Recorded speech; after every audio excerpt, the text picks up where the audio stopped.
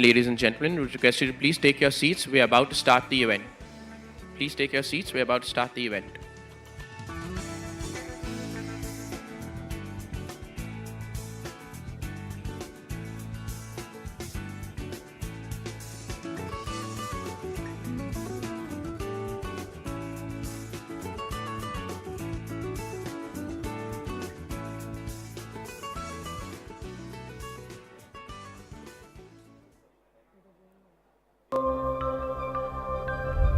I want to be the agent of change to inspire. Education के through हमें ये पता चलता है कि दुनिया कैसी है. فعلا در جایی هستم، در کشوری هستم که محدودیت آینده ما بسازم. When we see something that we really want to fix and a challenge that we really want to overcome, we actually do pull together. कि मेरा फ्यूचर बहुत ब्राइट है. Tu dois te battre et réussir dans la vie.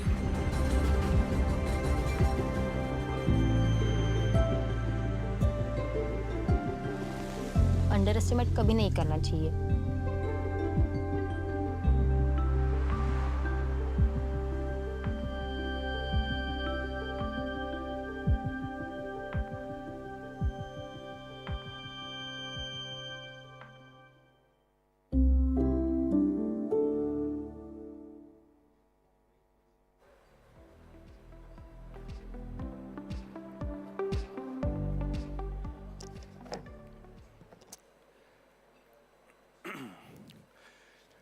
Ladies and gentlemen, short sellers and tall captains of industry, honored guests and friends. It's that time of the year again for the annual ET Awards for Corporate Excellence. And I have been reliably told by ChatGPT that with the pandemic now truly behind us, the new ET Awards will indeed take place in the year it will be celebrating. That is, that the 2023 awards will be held, yes, this year. I'm saying this for a reason, because till then, please bear with the lag as we salute and recognize the best and brightest of corporate India of 2022, 4 months into 2023. I'm saying this so nobody keeps coming up to me and telling me you've got the year completely wrong. Now with 5G upon us, this buffering will soon end, and you won't have me shaking and randomly pixelating anymore. Now, talking about ChatGPT, how many of you have ever used it or regularly use the bot? A hand raise, please. So look at that, brilliant. There are lots of users here. Wonderful. I must confess that I was a bit worried initially about being replaced with ChatGPT this year. But it turns out that you still need a wise, tall, business-friendly, smart-looking master of ceremonies. Unfortunately, he's not available, so you have me. I'm Cyrus Saukar, and I will be your host this evening. And with that said, 2022 was not just about recovery, but it was also about sprinting and catching up, and then a bit more. Shammi Kapoor Saab would not have tumbled and yahooed in the Kashmir snow, but would have started digging if he only knew that there were reserves of precious lithium to be found in the state. And he would have found it and then said yahoo.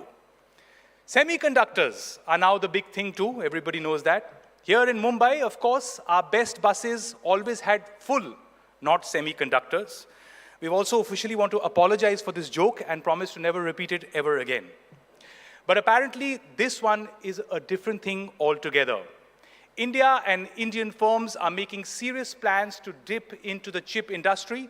I myself, as an entrepreneur, already have brought out a bowl of salsa for this purpose, and I'm looking for any form of funding available at any point during the course of the show. Another great thing is sustainability. Sustainability has also become a serious issue with India Inc. You don't have to be a tie-dye t-shirt wearing hippie anymore to be environmentally minded. Being green has now greenbacks written all over it. And the war in Ukraine may be happening far away from Marine Drive, but it has changed things significantly. Like Salman Khan's hair in Kisi Ka Bhai Kisi Ki Jaan that was released last week. It's long, and it's blonde, and it's indistinguishable. It's completely indistinguishable from Pooja Hegde's long flowing locks. We don't know who's wearing what. talk about fluidity, but more of that a little later. So let's talk about business. Business has been swell. The economy has been, well, as they say here in Mumbai, fit. And much of the credit has to go to many of you gathered in this room here today. So before we begin, a huge round of applause to all of you for keeping things moving and shaking. Thank you. And a big round of applause also to our partner, Deloitte. A big thank you. Now, before we move any further, I would also encourage all of you here, with or without Elon Musk's blue tick, to please tweet about tonight's ceremony using the hashtag ET Awards. That's hashtag ET Awards for all compliments. And with that, we now move on to the smart part of the evening, the ET CEO panel discussion. May I now invite on stage Executive Vice Chairman and Managing Director, Kotak Mahindra Bank, Uday Kotak.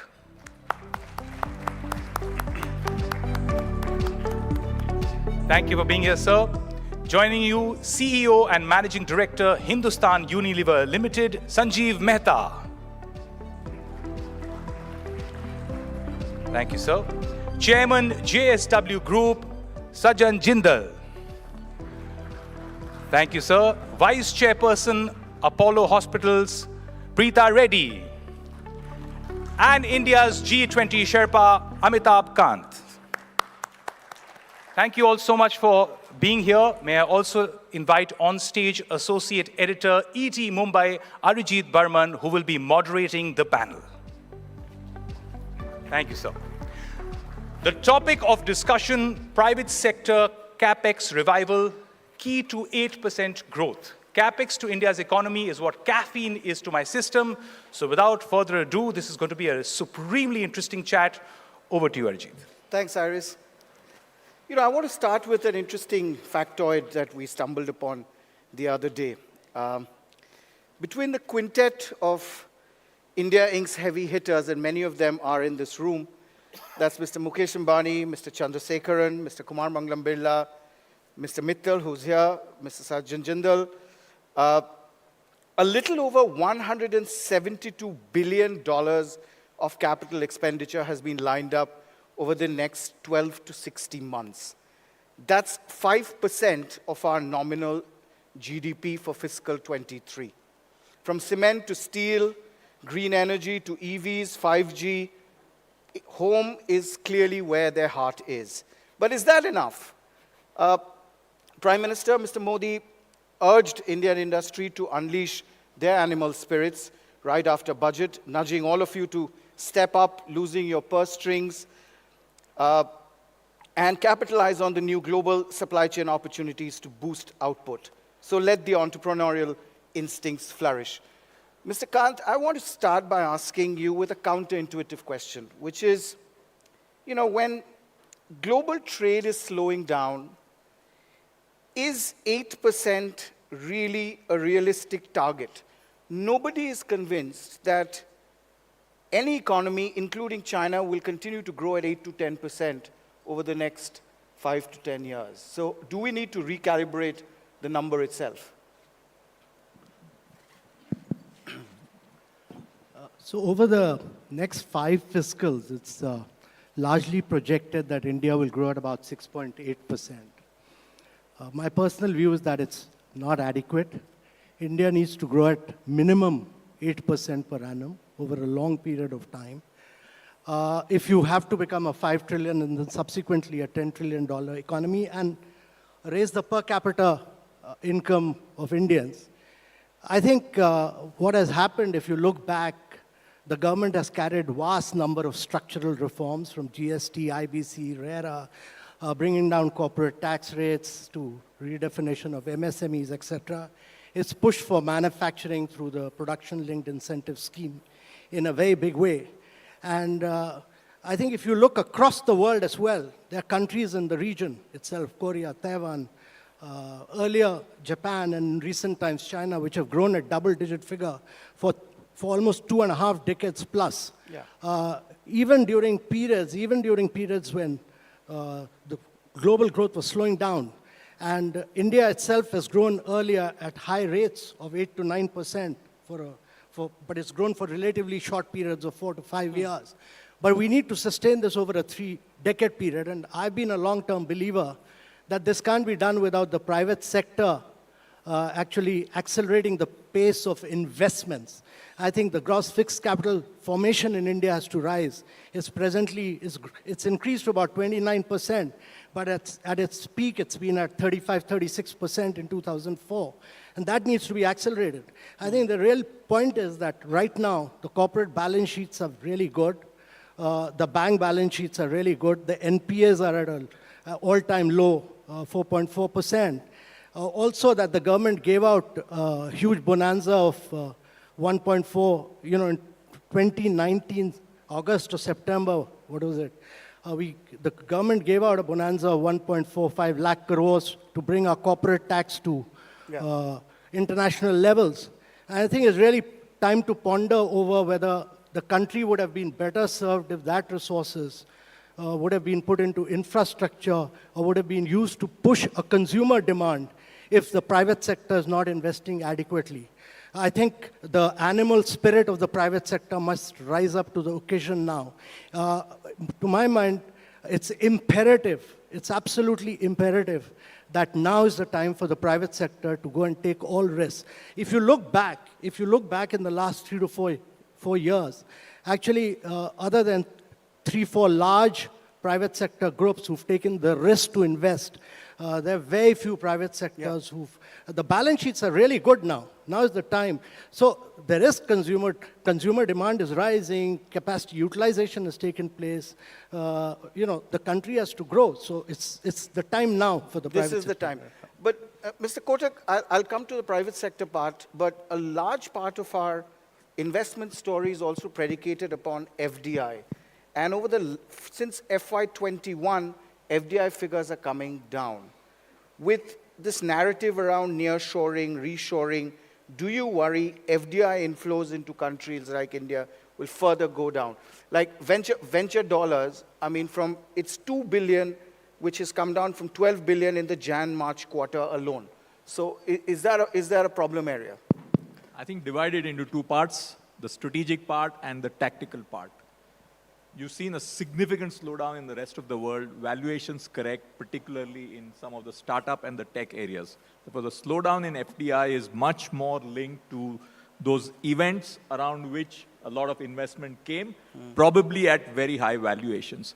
But if you look at India's position today on the global stage, India has managed its geopolitics for its economics brilliantly. I can't think about any country which has positioned itself the way India has in this round of geopolitics.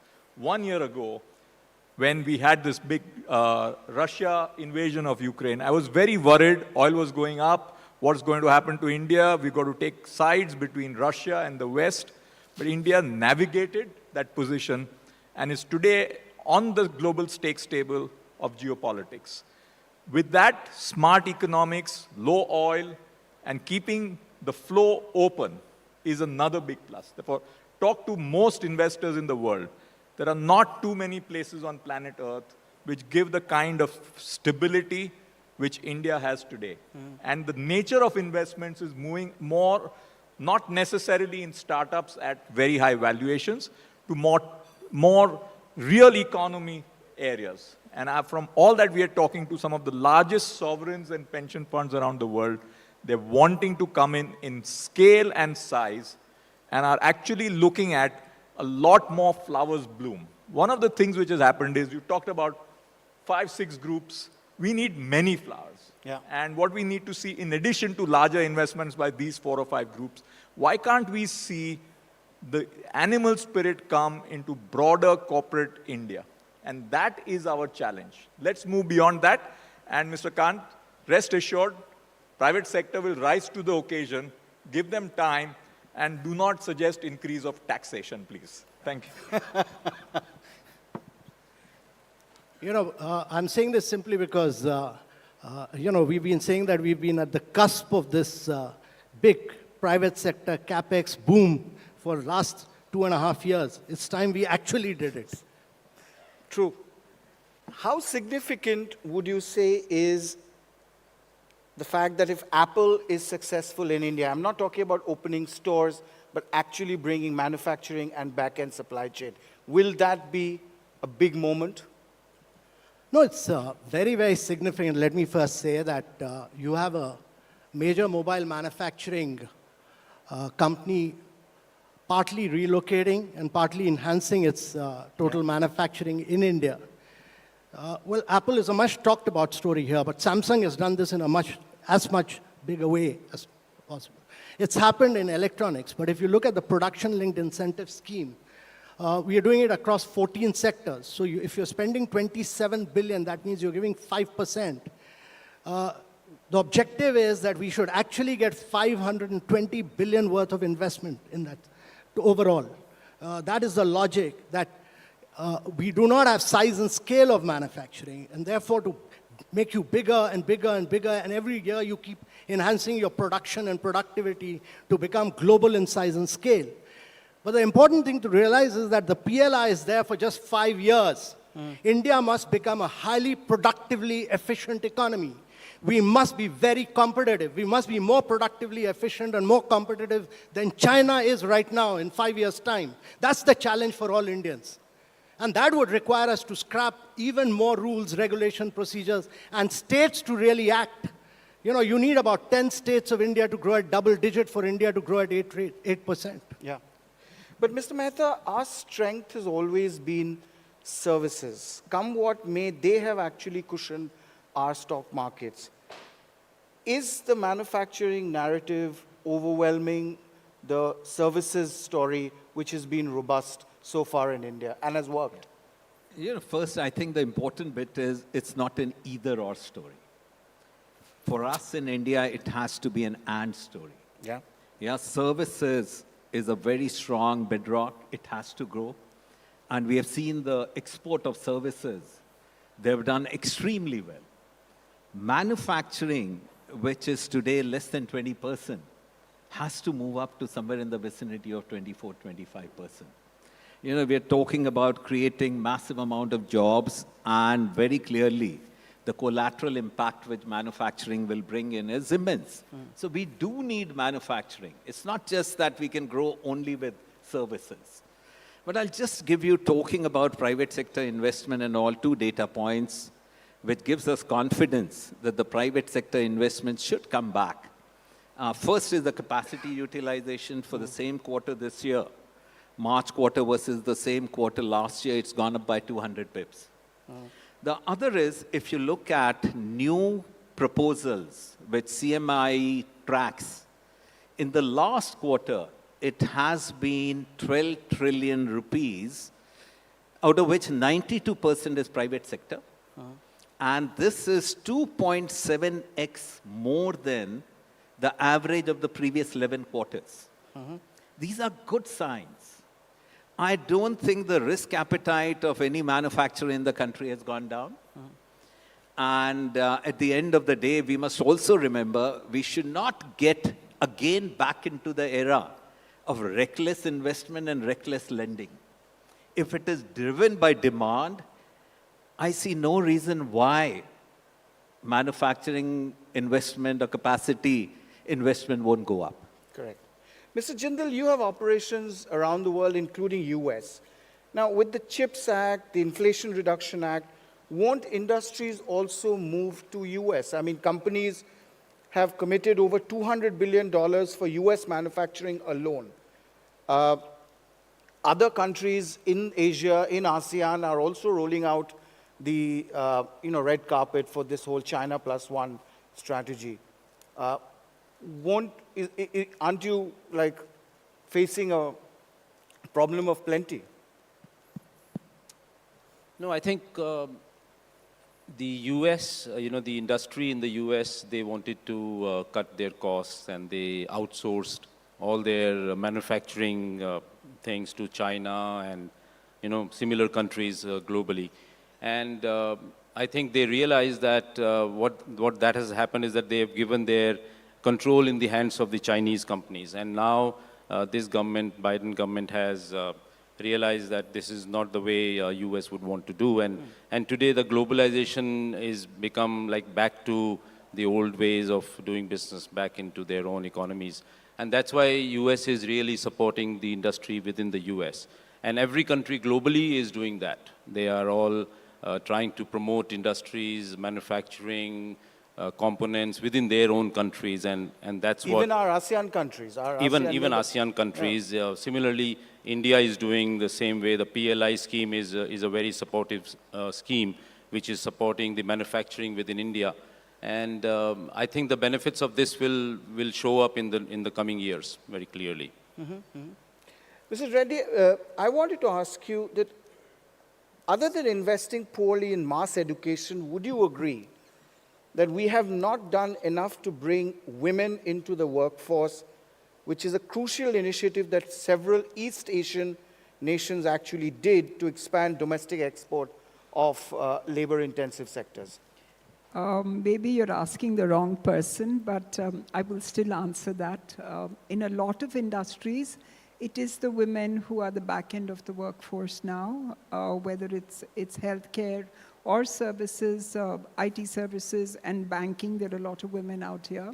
So I think they're capable, can be done, and for an economy which has to grow, women have to be brought into the workforce, and we have to acknowledge that.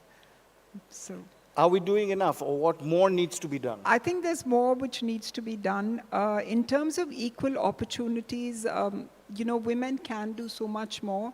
Even choices for education, I think they have to be incentivized to really take up higher education. And I think that some incentive for women to take that up is extremely important. For them to be able to work in a surrounding, in a situation which is maybe very male-centric, I think some amount of support and acknowledgement would be good.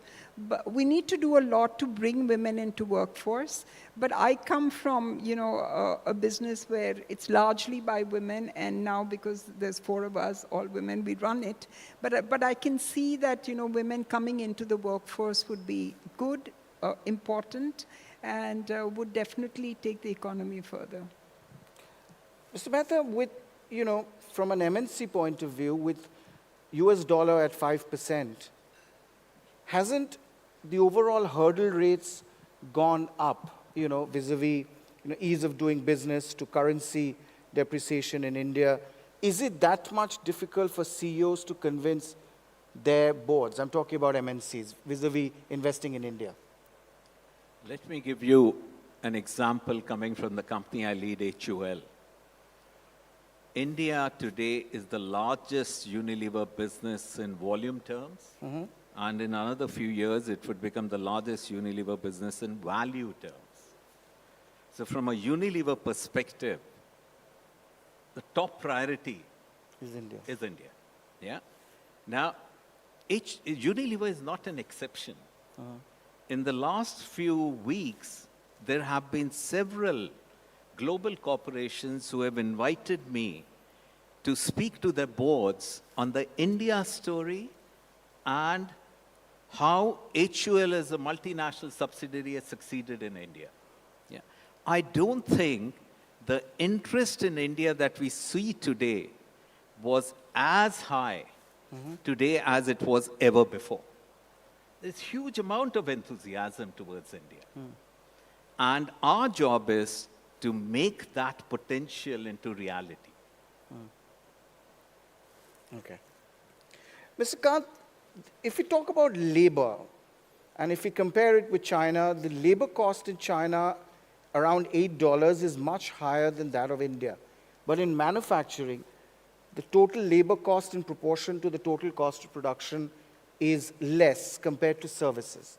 Services, on the other hand, we are seeing, a lot of it is moving to India to exploit the labor cost arbitrage. Back offices of banks, global capability centers of big tech companies. But if we take into account logistics, regulatory costs, we are nowhere close to India or even Vietnam or Malaysia. Thus, many would argue manufacturing FDI is not moving to India the extent to which it should. What should we do? So India needs to fire on all cylinders. I mean, it can't be that India can grow on services. A large country like India which is bigger than 24 countries of Europe, can't grow only on services. India needs to grow on manufacturing. Manufacturing must account for 25% of India's GDP to create jobs. Right. It also needs to grow on agriculture. The agricultural productivity is very low. Productivity must rise in the agriculture sector. And India must grow on urbanization. Urbanization can be the biggest driver of India's growth story. And I think all this is very closely linked to creation of quality infrastructure. And I think one of the key things which has been done in the last 2-3 years in the budget is taking the outlays for infrastructure from 6.7 lakh crores to about 13.8 lakh crores or something, almost doubling the outlay. So the focus on creating top-class quality infrastructure is huge in terms of creating good quality roads, in terms of creating expressways. I mean, to have created 55,000 kilometers of road, that's almost 1.5 times the diameter of entire Earth. So if you travel around the country, you'll see that the quality of infrastructure and the turnaround time at the ports, etc., has hugely improved now. And I think that will have a long-term implication on better productive efficiency in India's economy. Mr. Kotak, if I look at the RBI data, it shows large capex projects, which are over 5,000 crore investments, has seen a significant drop in the last decade. Should we therefore infer that small is beautiful and that should be our new capex strategy? In Germany, the focus clearly is on MSMEs. In China, in US, they go in for national champions. What should we do? I don't think it is either or. Okay. I think we really need to grow our MSMEs. We need to really build the middle India. And we cannot get away from that. So getting the point which I made, development of India across sectors requires deepening of entrepreneurship, of really making it easy on the principles of ease of doing business even further. We've made progress on this, but there's a long way we can go. We are also seeing a significant consolidation in many sectors. And I have players from the telecom sector. Look at the level of consolidation which has happened. We are from 13 to 3 players, which is inevitable part of evolution. You're seeing that in the airline sector. You're seeing it... Steel. Steel. Cement. So, cement. So I think consolidation is good, but it should not be at the cost of net increase in capacity and growth. Therefore, I genuinely believe entrepreneurship really needs to fire, and I share with Mr. Kant his desire for much higher growth. But we must put in place the enablers for that. It's big business, it is MSME sector, and I think it's the banking and the financial sector. What is the capacity of the banking and financial sector if India wants to grow to a 10, 15, 20 trillion economy? Are we having the capacity for that? What is the ability of capital? What's the ability of underwriting skills? What is the ability to take scale? I mean, if Sajjan Jindal is here and I'm saying this, if Mr. Jindal wants to acquire a 50,000 crore asset in India, he should be able to get funding for that acquisition finance in India. He should not be going overseas for getting that funding. Why can't we have those skills and underwriting ability within India rather than saying, oh, this is too risky for our banking sector and therefore we keep banks away? We have to be very careful. We can avoid accidents on the road, but we must let cars drive much more on the road than they may be. But you said that there is this concentration that is happening. You accepted the fact that there's too many, the total industrial investments do reflect a period of, a picture of concentration. How do we break that? How do we have the real animal spirits get unleashed? I'm quite comfortable with reasonable consolidation, as long as it does not lead to monopolies. So if we avoid monopolies, but have some consolidation, that's good for economic outcomes over a period of time. It's a right balance we need to get. Therefore, I'm not worried about consolidation if 13 became 3. But I would worry if 13 became 1. Mr. Jindal, everybody talks about environment and sustainability we also mentioned that. How is environment and capex interlinked to the sectors you operate in, which is steel, cement, power, and more importantly, who pays for it? The private sector, the government sector, or should multilateral agencies like the G20 or IMF should step in? So I think the global warming or the change in environment is a real thing. And so therefore, the energy has to become sustainable. And we cannot afford to continue to burn the fossil fuel and keep polluting the environment and creating more and more CO2 into the atmosphere. So all our businesses, unfortunately, are very CO2 emitting businesses, whether it is steel, power, or cement. And so these are difficult businesses. And therefore, there's a huge amount of concentration in how to optimize, how to improve, while continue to grow, how to improve and reduce the risk of generating more and more environmental damaging gases. And that's where a huge focus is there. And therefore, in our power generation business, renewable power is the way forward. But my basic theme or thought process is that ultimately it's the economics which drives everything.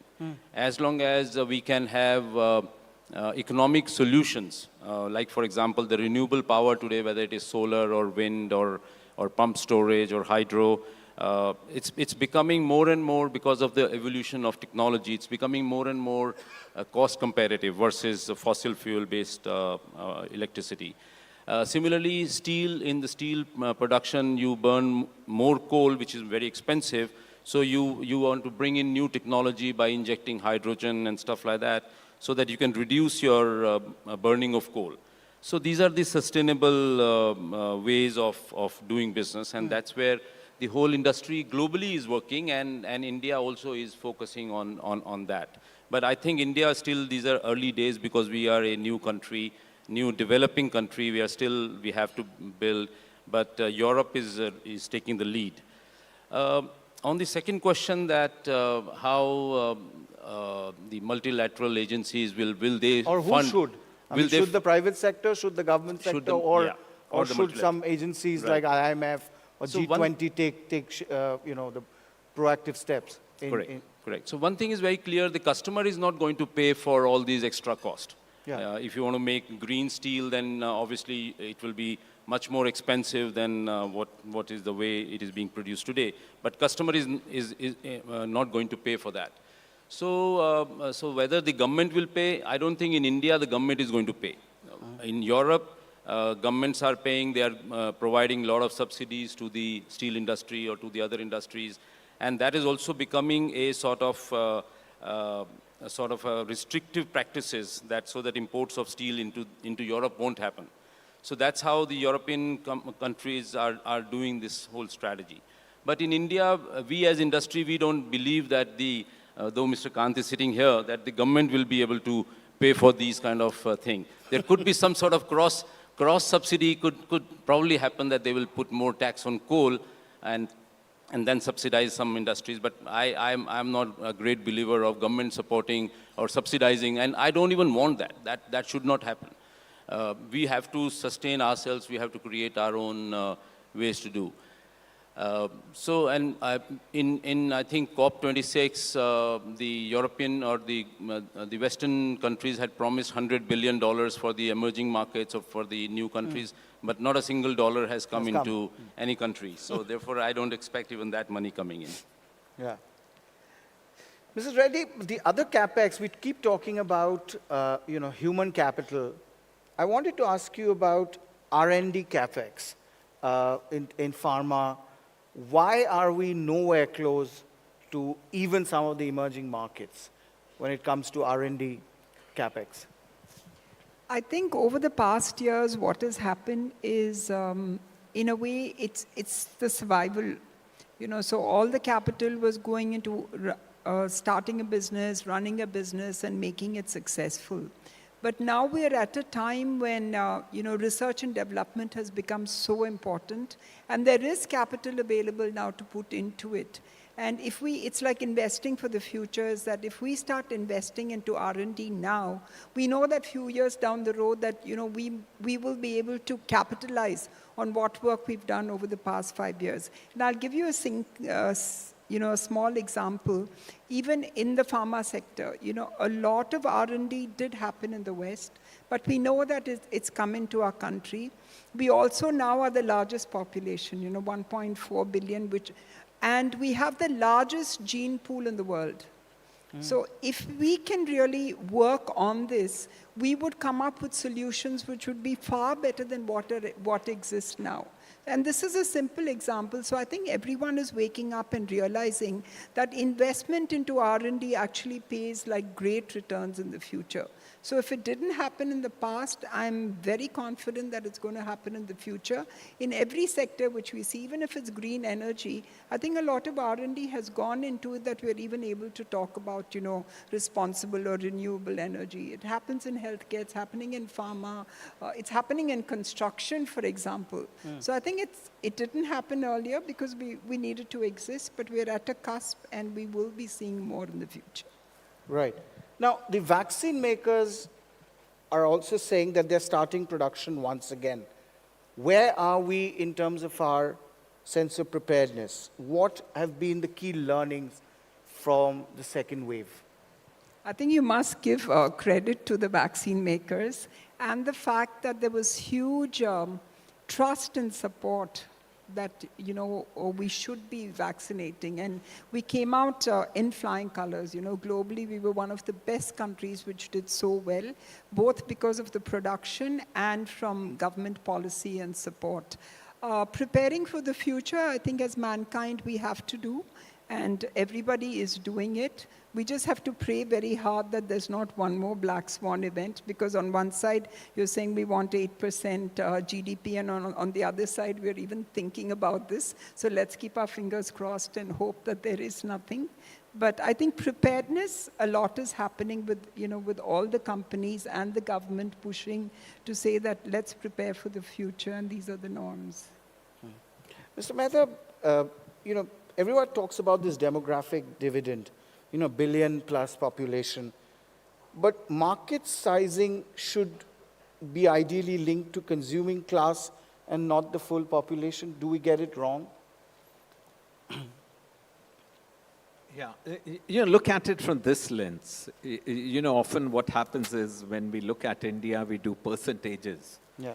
And when you look at that part of the population which has much more disposable income, and we say that the percentages are very small.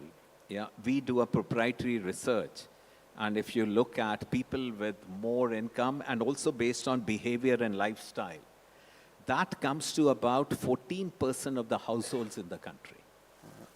14% of the households out of about 300 million households. You're talking about even this class being in size bigger than most European nations. So this is substantive. But then we have to understand that in India, the issue is also when you de-average, it's not about a $2,000 per capita or 1.6 lakhs per annum rupees, is you have to look at it from a perspective that there is still a large population which is at the bottom of pyramid. And that is where what we need is inclusive growth. Not just a GDP growth of 7-8%, but if we can spread it across, and these are the people whose consumption of even FMCG products is just about $20 per capita. So just look at the runway to grow. Once the country keeps growing, most of the industries would have huge runway to grow. So demographic dividend is a reality, but it has to be intertwined with inclusive growth to make it come alive. How has your consumption base broadened, and to what extent is that base actually up-trading? Say, just to give you an example, our premium products, very simple terms which are indexed at 120 to the average of the market. The premium products have been growing at 100 bips per annum, the share of the turnover. Right. Today, 1/3 of our portfolio is what we call as premium products. And here I'm not talking about masstige or prestige. And if the country keeps growing, just look at, again, how much more you can lift the consumers to higher order benefits. Mr. Kotak, you know, this whole debate about the supremacy of the dollar, you know, do you think it's, you know, the days of the dollar hegemony is over? I genuinely feel the biggest financial terrorist in the world is the US dollar. All our monies are in nostro accounts, and somebody in the US can say, you cannot withdraw it from tomorrow morning, and you're stuck. Yeah. That is the power of the reserve currency. And I think we are at a very crucial time in the world history, where the world is desperately looking for an alternative reserve currency. These changes happen once in hundreds of years. The last time it happened was when it moved from the British pound, at a time when people used to say the sun never sets on the British Empire, to the movement to the US dollar. The question is, which country in the world can take that position? And I'm just giving a few examples. I don't think Europe can, because it is disunited states of Europe. I don't think UK or Japan have the heft to be taking those positions, though the currency, both the British pound and the yen, are free currency. China, I think, has a major issue of trust with many, many countries around the world. Can India do it? And for building ourselves to a reserve currency is a long, sustained walk and run India has to do. It has to build strong institutions. It has to build a framework which is not dependent on the whim and fancy of A or B or C. The mechanisms have to be strong. India has to be trusted. The US dollar on every dollar bill has a line, in God we trust. We have to get a line to say that in India we trust for the rest of the world to put their money into an alternative currency to the US dollar. But it is our time for making a shot at it, which will take us probably 10 years. But I don't think China can make it. I don't think Europe can make it. Otherwise, the US has an unbelievable, uncomparable privilege of being able to print money and get away with it as it has for the last 100 years. Thank you. I think we have the Honorable Finance Minister, Shri Nirmala Sitharamanji, with us. So can we actually do that?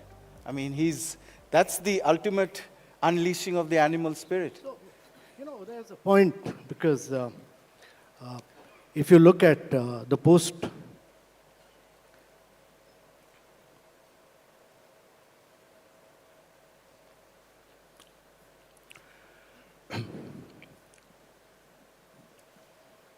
I thought Uday had a point, because if you look at the post-COVID era, it has had a devastating impact. You know, 200 million people have gone below the poverty line, 100 million people have lost the job.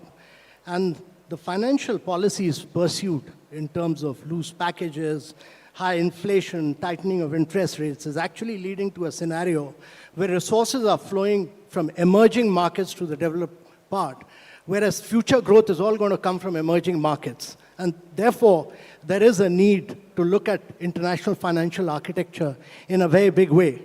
But I wanted to get down to this point which Sajjan Jindal was making about, my belief is that it will not be possible for private sector to grow at high rates of 8% plus for a long time without a different paradigm, and that is without going digital and without going green.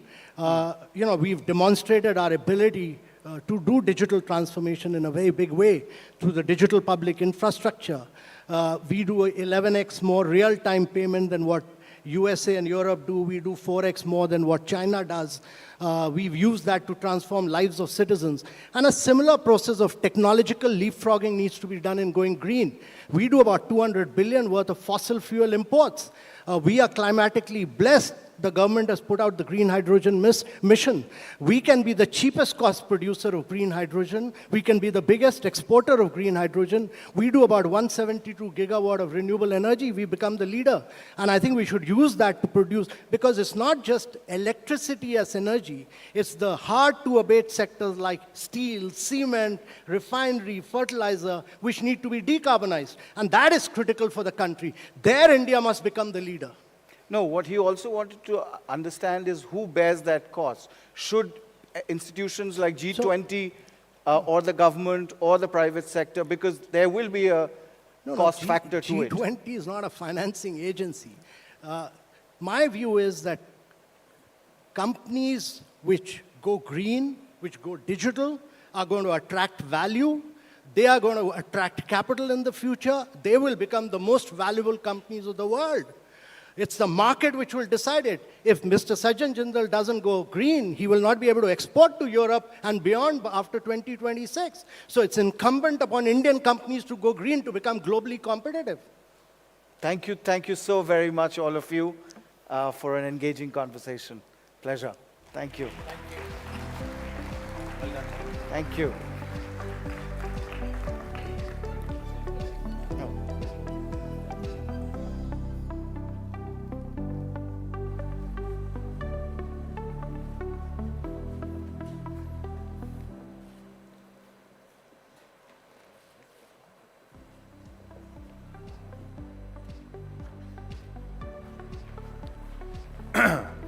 Thank you all so much for that extremely illuminating and reassuring discussion. May we have huge infrastructure growth. And talking about infrastructure and fixing things, please don't drag this infrastructure on stage, folks. Lift it slowly. After all, capital expenditure is not just about moving furniture on stage, but also reinstalling it smartly, especially because I have rented it without scraping the floor a little nice. Ladies and gentlemen, what you think here is happening is that you think I'm talking to take away attention from stage, but what is happening on stage here, as you can make out, is actually a stunning installation work of art. It's called work of reinstallation art, actually. It's been getting rave reviews across the media. It's titled Kissa Kursi Ka. And you can catch this great work of art one last time at the Tate Modern in London or MoMA in New York. It is also, according to event companies, called Move Furniture While I Talk. But thank you for it. I hope you all enjoyed this wonderful work, exclusively created for stage today. But now, enough of art and back to the show of business. Here, ladies and gentlemen, before we proceed, is the welcome address from the Times Group Vice Chairman and Managing Director, Mr. Samir Jain. Take a look. If we show emotion, we're called dramatic. If we want to play against men, we're nuts. And if we dream of equal opportunity, delusional. When we stand for something, we're unhinged. It's super, it's gonna need to calm down. When we're too good, there's something wrong with us. And if we get angry, we're hysterical or rational or just being crazy. But a woman running a marathon was crazy.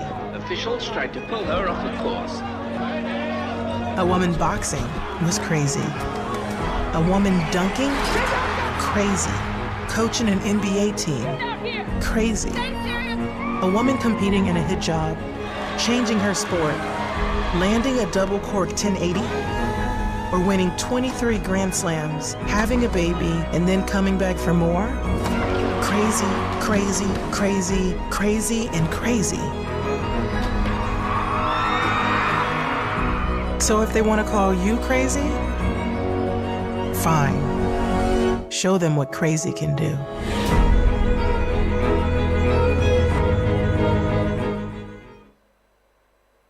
Honorable Finance Minister, Honorable Chief Minister of Maharashtra, industry royalty. The ad we saw is testament to indomitable spirit of the woman, the crazy woman, bold, fearless, and unstoppable. She redefines rules, reshapes narratives, and reinvigorates all. This week, Prime Minister reiterated how the 21st century belongs to our most populous nation with the highest women vigor.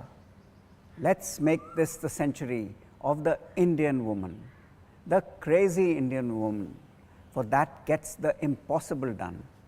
Honorable Finance Minister, thank you for gracing the occasion today. 3 months ago, you presented the first budget of Amrit Kal, simplifying taxes, easing business, nurturing startups, promoting green mobility. This year's budget was one grand step in the continuous journey to make Bharat Atmanirbhar. An idea will be considered crazy, impossible until it is done. But you spearheaded the rollout of 20 lakh crore Atmanirbhar package while introducing a transparent tax regime, all impossible until it was done. To unleash this potential in the Indian woman then is to unleash the force of Ashtalakshmi in her avant-garde form. From boardrooms to courts to cabinets, breaking man interruptions and mansplainings.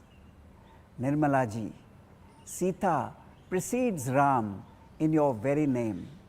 A decade ago, when you had made an entire docket on gender budgeting for the then FM, you led us all to see the whole economy through the prism of Sita preceding Ram. Today, we would love to learn more from you how gender budgeting can unleash the potential for our women and men empowerment. We are in no rush. You are not here for a long time. You are here for a very, very long time. And for you to apply your incisive thoughts, to study the matter thoroughly, shot through your clarity, is bound to do wonders, to empower women in this country, and by the same push, empower the economy of India.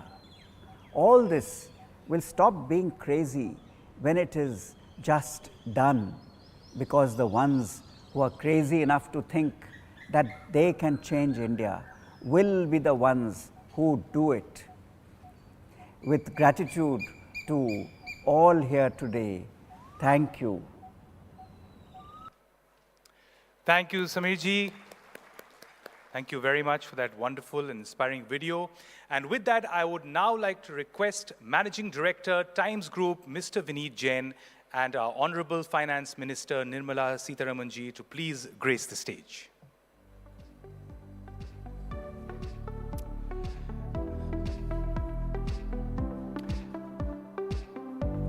Thank you both so much for being here. And with that, Mr. Jain, I would also request you to please deliver your address. Ladies and gentlemen, Times Group Managing Director, Vineet Jain.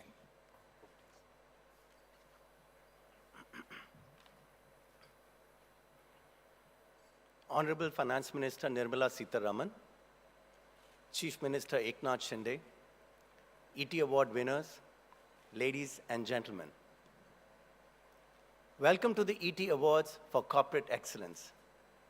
This is where India Inc. celebrates and honors the men and women who are driving change, making a difference on the ground, and adding new and exciting chapters to the India story. To rise above the ordinary and to shine, every organization needs a balance of talent and leadership.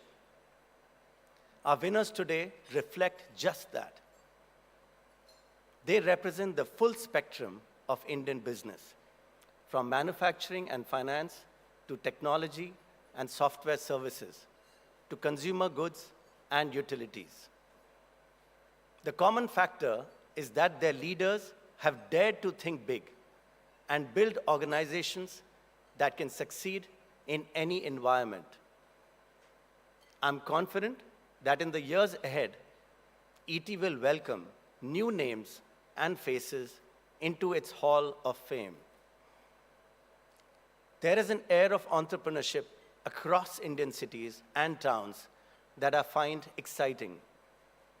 Sure, not everyone will succeed, but there is a can-do spirit among the young and the restless that will not be daunted by the size of the challenge or crushed by the fear of failure. It is the leadership and vision of Honorable Prime Minister Narendra Modi and his ministers that is giving wings to the dream of a new India. We are honored that the Finance Minister has graced this event. She has been justifiably lauded for presenting a beautifully balanced budget that is not full of freebies, even in a pre-election year. The boost to capital spending for the second budget in a row is something all of corporate India should cheer. The budget, again wisely, nudges the taxpayer towards a new tax regime, which offers lower rates but no exemptions. And it presents a glide path to reducing the fiscal deficit. Honorable Finance Minister, you have not allowed yourself to be distracted from the dharma of reforms or the sanskar of doing what is right and righteous. The numbers tell us that the government's policies are working. The World Bank's Global Economic Outlook report predicts that India's GDP growth this year will come in at 6.3%, making it the fastest growing among large emerging economies and far ahead of the less than 1% predictions for the US. In a post-COVID China plus one world, India's resilience and potential are touted by global and political thought leaders and industry captains. Consider one of government's key initiatives, Make in India, which is now a national imperative.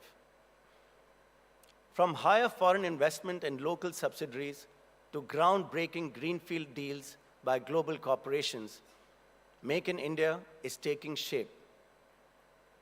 Apple supplier Foxconn has signed deals to set up plants in Telangana and Karnataka. Semiconductor fabs are coming up in Noida and Gujarat. The PLI scheme for multiple industries, including automobiles, telecom, and healthcare, is set to spur manufacturing. In enabling this, the Finance Minister's 2019 decision to cut corporate tax to 15% for new manufacturing companies has played a big role.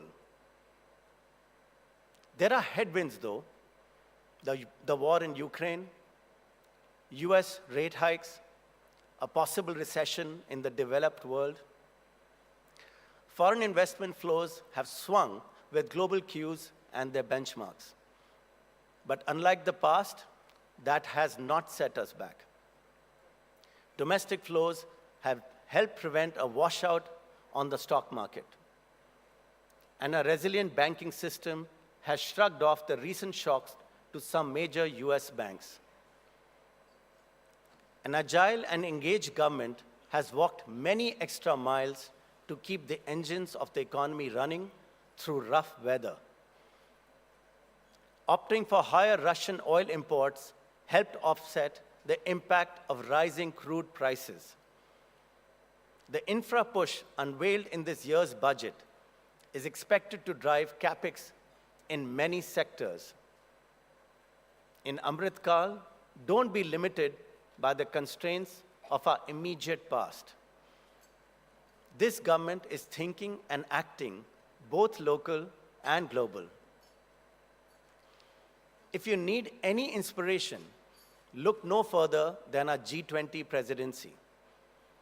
Theme of Vasudhaiva Kutumbakam. Rooted in our glorious history, it is an apt anthem for a new world order. Thank you.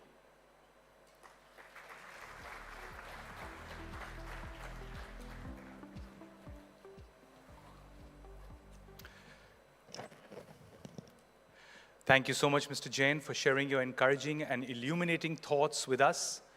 And I request, of course, Ms. Sitharaman to please stay on stage. Ladies and gentlemen, now it is time for today's evening's fireside chat with this evening's chief guest, Finance Minister Nirmala Sitharaman. We can accurately describe Nirmala ji as the master architect of the India story. At a time when much of the world is reeling with a poly crisis, she has kept a steady hand, a close eye, and a tight ship. Her budget this February did the near unthinkable. It was acclaimed by all and sundry for being responsive as well as responsible. Even industry, with their usual grocery list of demands, was impressed, so just imagine that. Without further ado, I'd like to request ET Editorial Director Bodhisattva Ganguly to join Ms. Sitharaman on stage. Ms. Sitharaman, Mr. Ganguly, the stage is all yours, and we all are all yours. Over to you. Thank you, Cyrus. Sorry, I slightly mistimed my arrival on stage, but never mind. So let me just get straight to the, to a set of questions. In spite of all the digital innovations, I'm actually relying on a very old-fashioned piece of paper, which I've printed them out, but I'll just ask them. So, Finance Minister, you've just returned from a trip to the US. What is your sense generally of the financial sector there, and do you see a contagion risk from the financial sector in that country and in the Western world in general? Contagion risk? Or a spillover, yes. Yeah. Contagion risk, if you go by the rule book, if all central banks are responding to the Fed's action almost sequentially, yes, and as a result you find Europe being more exposed to the chance of coming under recession. But I think since the last 1.5 years, gradually our central bank is also decoupling itself. Not that it was entirely linked with the US Fed even earlier, but post the pandemic and post the Russia-Ukraine, the sense that all central banks would look for a direction and move towards that direction sequentially is clearly disproved in the conduct of many emerging market central banks, not just India. So for India, I would think the contagion risk is not really a problem, but the risk is there in the sense when markets to which you largely exported are coming under recession, then the demand is going to fall, your exports are going to suffer. So that risk is definitely there. I'm not eliminating that. But the contagion risk usually linked to the conduct of the central banks, I would think is not there for us to face. So let me just take off from a point that you made on the central bank, and as you said, while there may have been some belief that central banks in emerging markets in other parts of the world would mechanically follow the Fed, that is no longer the case. I think the RBI also recently paused its rate hike. Of course, they have explained that their recent decision was a pause and not a pivot. But do you think, in view of the latest inflation numbers, both retail and wholesale, that that we've hit peak interest rates? That's not for me to say at all. I will not even give an indication whether my feeling is that or anything of that kind. I think it's only fair to give RBI its terrain, and it's for them to take a call, and I think most of you all are very happy with RBI having paused. So I really can't speak differently, can I? I want all of you all to be happy with the way in which RBI has responded. So no comments on that, because I think RBI is getting the sense from the ground, getting the sense of the urge for us to move forward in terms of growth, and also seeing how the implications of a recession elsewhere can hit us. So I think we should be confident that the RBI will take the right decision for the next round as well. Right. But if I can ask a question, I mean, we've addressed this before, but we enacted a law some years back which sort of explicitly said that price control was RBI's. By law, it had to explain, for example, if it fell below 4%, and there was a band of 2 to 6%. Now, there was not each time, if you have consecutively 3 times. If you have missed 3 times. But what I was coming to was that given now this was obviously before the COVID crisis, before the Ukraine situation created, all kinds of disturbances for the economy. What I'm getting at is that, do you think the law kind of binds RBI's hand in the sense and gives it and imparts a bias towards raising interest rates when other circumstances, such as, let's say, difficulties in the world economy, crude oil volatility, weakness in the Indian economy, those might become secondary, and inflation becomes the overriding factor. Therefore, they want to. Is there a need to revisit that law to give more flexibility to the RBI? Well, the factors which determine what happens today are very much more extraneous. Post the war, post the pandemic, post the supply chain related issues, and so on. Even as it is with the law existing, I think both the administrations and also the public at large and industry in specific are not obsessed with the law. That, oh my God, RBI. And it's not very many times that RBI has come in a situation that it had to write a letter to explain itself. Just that one instance. Yeah. And just that one instance was also purely because of the way in which global markets were performing. So I think, like many things in India, you have a law, you have an institution which has to follow it. You also have the circumstances where they are not followed to the last word. But I think all of us are, Indian democracy is mature enough to understand why it is happening. And it doesn't warrant at this stage for me to go and meddle with the law. Okay. Just coming to your future challenges in inflation for the rest of the fiscal, do you think, let's say, OPEC Plus's decision to cut output, would that, plus the possibility expressed at least in some forecasts, the monsoon may be on the weaker side of El Nino, would that put pressure on inflation? Well, every year, every season, this question comes before us. And every season, which is normally predictable, it comes before us. Now we've seen such wonderful, historic, unpredictable events happening where we don't have a template to deal with it. But we've come across and walked along and gone past them as well, whether it's a pandemic, whether it's a war, and so on. Now, El Nino is also not something which is happening this time for the first time. To ready our economy for meeting that kind of an impact in the monsoon or not a happy monsoon also is part of our preparedness. So there's no new element to it, but yes, one has to be cautious. So we obviously have a number of state elections. There's one in Karnataka next month, elections at the end of the year, and of course the general elections in a year. So do you see the possibility of an upsurge in populist pressures, particularly, for example, particularly referring to the demand and the decision by state governments to revive the old pension scheme, and that looks like emerging as an electoral issue. That's not the only kind of populism that one can do, but that's kind of the thing. What are your thoughts on that? Well, first of all, I think this upsurge of populist demand is not from the population. It is more from the politics, from the political parties which think I have no other card to win the election, so I need to throw this. All the temptations to the people. There are instances of states where even after splendid freebies, parties have not won. That's not to say freebies don't seem to bring in any value addition. They have their place, and not a very happy place, I would say, because it burdens the economy. And most often these freebie givers don't even honor it in full.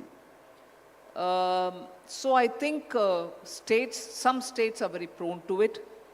some others not in a big way. So the debate on freebies is something which happens when the freebies are fantastic enough and you know the budgets can't support it. But if you're referring to the OPS and NPS debate, elections are happening. May not be for me to now say, but the last few months, and I'd like to believe post the budget, the discussions on NPS and OPS is a bit subdued. I'm not giving credit to anybody, but by then, I think by now, if I can say it so, the realities of the complication in this issue, it's not a black and white situation of, I don't want this, I'm going there. The implication of moving, the complications involved in the moving are all now coming apparently for everyone to see. So, in the current set of elections, I don't think that is coming in for the debate. Also because we've announced during the passing of the finance bill that we have formed a committee headed by the finance secretary to look into how issues are panning out in the OPS and what are the kind of things that stakeholders want. So the consultations are going to happen. Based on that, whatever has to be looked in as possibilities will be looked in. But one thing which is somewhere at the back of my mind, returning to OPS is probably going to be extremely impossible. It's not for A state or B state. Every state will be burdened much more than what they can take, even within a matter of 5 to 10 years, and after which it will balloon. So what kind of a consultation, what are the inputs, the finance secretary and his team will have to see. So I think the one solution could be perhaps a guarantee element, some kind of a guarantee element woven into the NPS. Is that something which you would look at? Finance secretary is here. I'm sure he's hearing your suggestion. Maybe he can address it when he speaks. Yeah. Just wanted to ask you, before as you came in, I think you caught the last part of the discussion, which was on private sector capex, and that's been one of the issues which one has been grappling with. It is not picking up to the desired extent. Is there? I mean, I think the private sector is richly represented here in this room. Is there something that you would like to tell them or make a pitch for? Well, for once, I'm going to talk completely in favor of the private sector from their side. If after 2019, bringing down the corporate tax and giving a time till March 2023 to expand businesses or set up new businesses and everything else, if the world had been normal, I think to be a bit tough and expect saying you've not really come out in flying colors would have been a reasonable argument. But if immediately after 2019, October when this was announced, September end, you had the pandemic and how? And after that, you also have the uncertainties of the war. But despite all this, I still can see many expansions happening, new investments happening. Otherwise, why will there be such a impactful impression about India and its attempts to bring in renewable energy? Look at the keenness with which people are coming to India to set up in many fields, whether it is your semiconductors or looking at renewable energy or looking at rare earths. And also because the policy per se has now opened up even space sector. I was there in a different context releasing a book. I did speak about India's public sector enterprises policy, which actually has opened up so many areas in which private sectors can come and invest. In fact, there's no area left without the private sector coming into it. So with all this, I can see, otherwise India's space industry, even as it was doing very well, wouldn't have had so many private parties coming in and saying we would like to use the facility. So it is happening. But I don't know from where this trigger has come about. Some data is also flowing saying Indian private sector is not yet ready. I'm sure they are ready. Aren't you? Why? I'm supporting you. Why? See, that's the problem with Indian industry, private sector. They don't, yes, we are there. They don't say that. They gently, on being asked, would clap and... Sure. So maybe one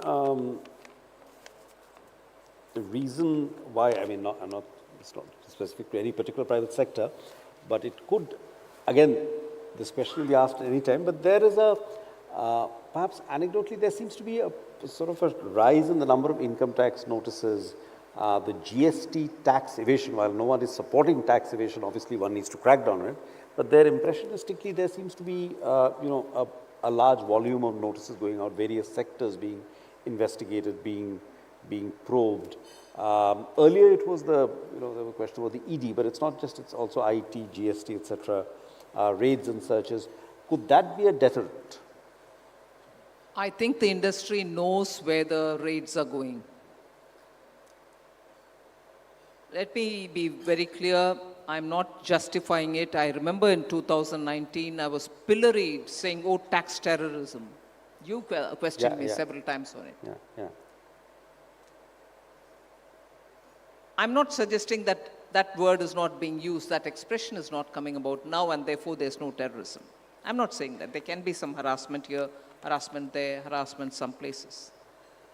But today, when you're looking at deep data and AI-driven, faceless-driven systems, the fact that trails are coming out, obviously, and the trails going to shell companies are there in your face, I can't see how the CBDT or CBIC can remain mute spectator. How the boards can remain a mute spectator.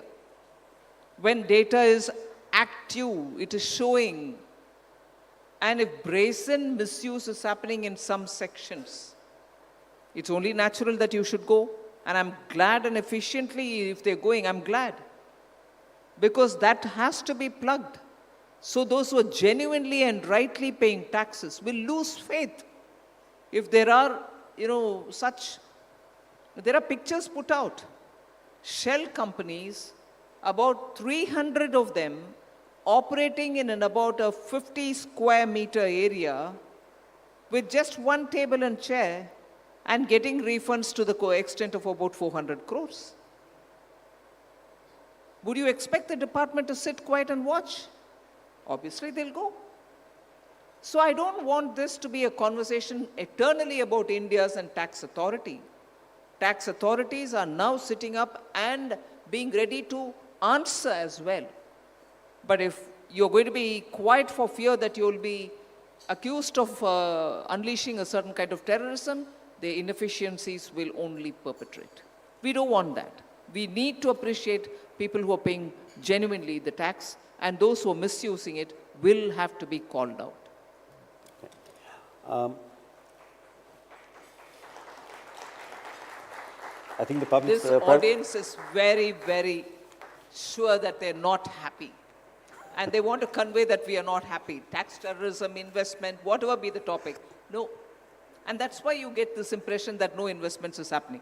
They're all giving you that picture, but they're investing. Okay, let me come to two of the biggest reforms of the government, GST and IBC. GST is a success, possibly for tax evaders, too much of a success. But IBC seems to have encountered various problems. I mean, it's sort of caught in the Indian litigation maze. What are your views, and are there... No, IBC has its problems in terms of the benches in the NCLT and NCLAT not having adequate members. Timely filling up of vacancies is not happening. It's not because we don't want to. The layers of decision making which is involved in it, only to track the right people so that they're efficient, they're transparent in their operations or in their decision making. In that, a lot of time gets consumed because appointments are jointly made by the court and by the government. Getting the dates, sitting and having a list of people and then having their IB and other thing clearance obtained does take a time. And that is primarily the reason. The act per se is robust. It's been updated with inputs coming from industry.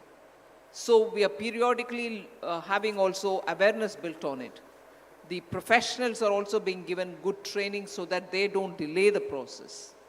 In spite of all that, if there's a problem, I admit to it, we've not really been speedily filling up the vacancies in the benches. Is there, there's been some debate about, reforming India's capital gains tax, or basically raising capital gains tax on equity, because generally the government has been phasing out all kinds of tax exemptions. That's very clearly, the direction of tax policy, and that's the way to go. So what are your, I know you've recently issued a denial on capital gains tax, but is that likely to be the direction? Well, at this stage, we are not having any proposal before me, and that was a fantastic news flash.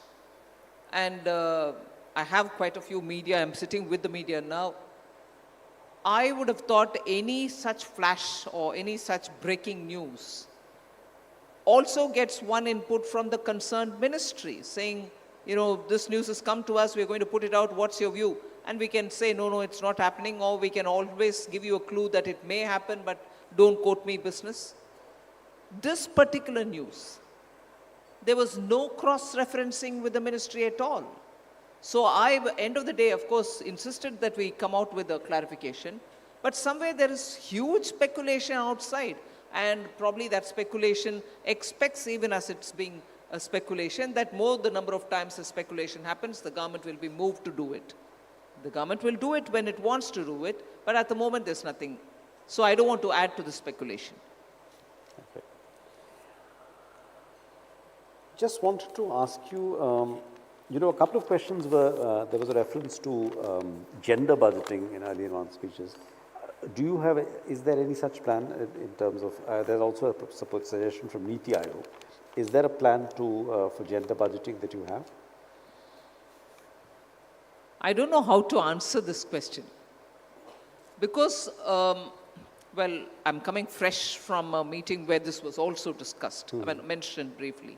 Yes, I did. When I was in the commission, National Commission for Women, I had taken up this on behalf of the commission, prepared a report, and submitted it to the then finance minister saying there should be a gender budget. And I'm sure the audience here is well informed that there is no separate budget for women, even under gender budgeting. It's more to look at and slice the budget details to see how many actually benefit women, how many are women-centric, how many have women and men component, and so on. It's more looking at it from the prism of women. And is it welfare, is it empowering, all those cross-cutting. There's been several decades of talking about it and also looking at aspects of it.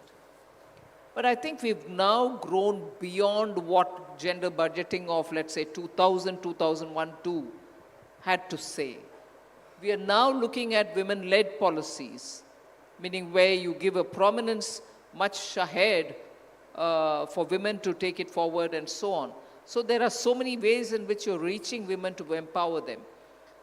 It is not just the money which is going to the women, but also those other paraphernalia which is so important for women.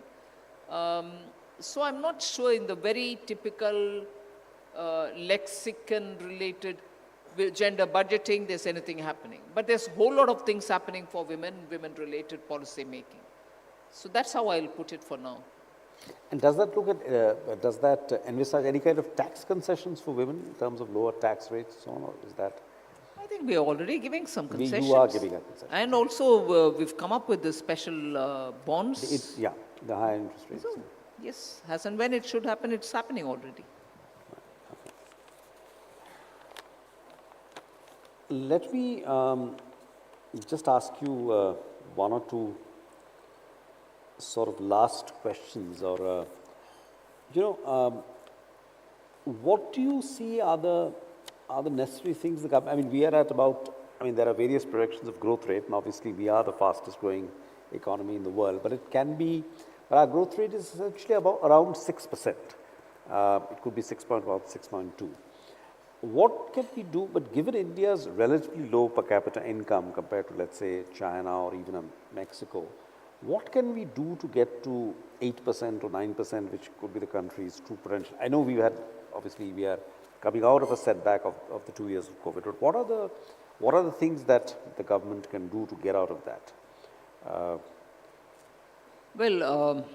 If you're looking at number only, 6.2, 6.3, or is it going to be 8? And if it is 8, it's better for India. All that is fine. And Honorable Prime Minister constantly looks at areas in which you can have greater activity. Areas not geographical, but even in terms of sectoral, in terms of industry, in terms of MSME. This particular budget, I was glad that Prime Minister himself came up with, look at the SSGs, they are in the rural area, women, and for them to have greater credit, greater empowerment for the produce that they produce, will you give them greater marketing assistance and also expertise to make their products better and so on.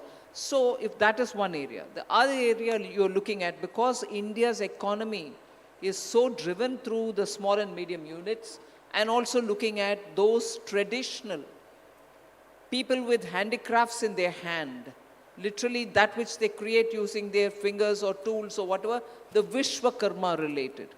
That's going to take the economy straight to the doorsteps of these people.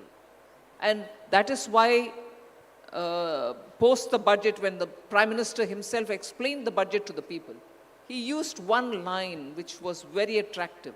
And I think it was absolutely the pointer towards what we have, vanchiton ko variyata. I'm not good in my Hindi, but that captured my imagination. If you really pull up those who are skilled but yet lying somewhere in a corner of the country and give them that kind of an access. Now what this ONDC does, the Open Network for Digital Commerce, what account aggregator does, what the QR code based the NPCI does, are all very indicative of small tools with which you are approaching smaller people, but all of whom make a wide canvas of people who have to be activated in the Indian economy.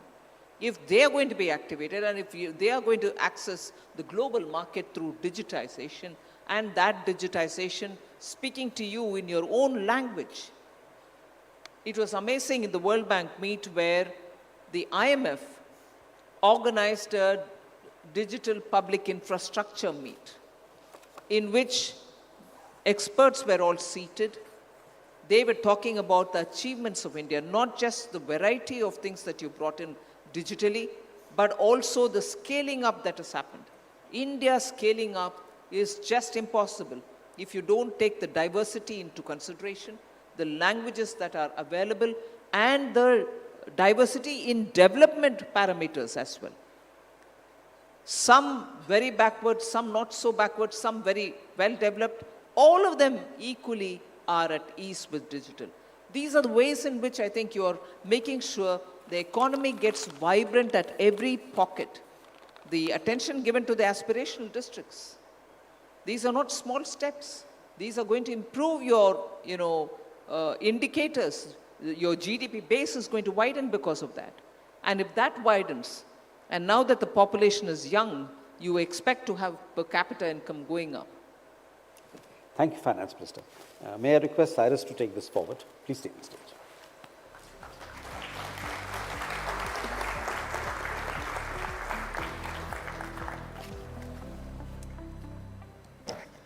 Nirmala ji, I'm going to request you to please remain on stage, and thank you for that fascinating and frank discussion, Honorable Minister, and thank you so much, Mr. Ganguly. With that, I'd like to invite Mr. Vineet Jain back on stage to join Ms. Sitharaman. Could we have you on stage, sir? Thank you.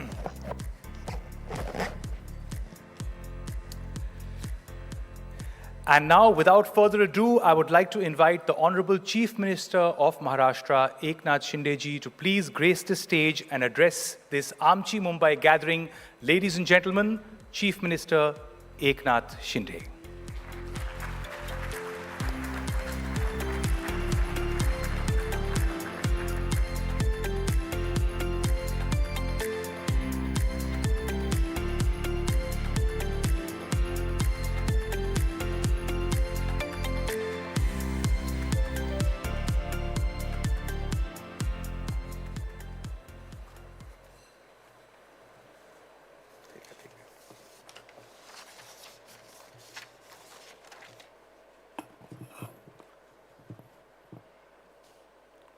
नमस्कार, सगळ्यांचं मनापासून स्वागत।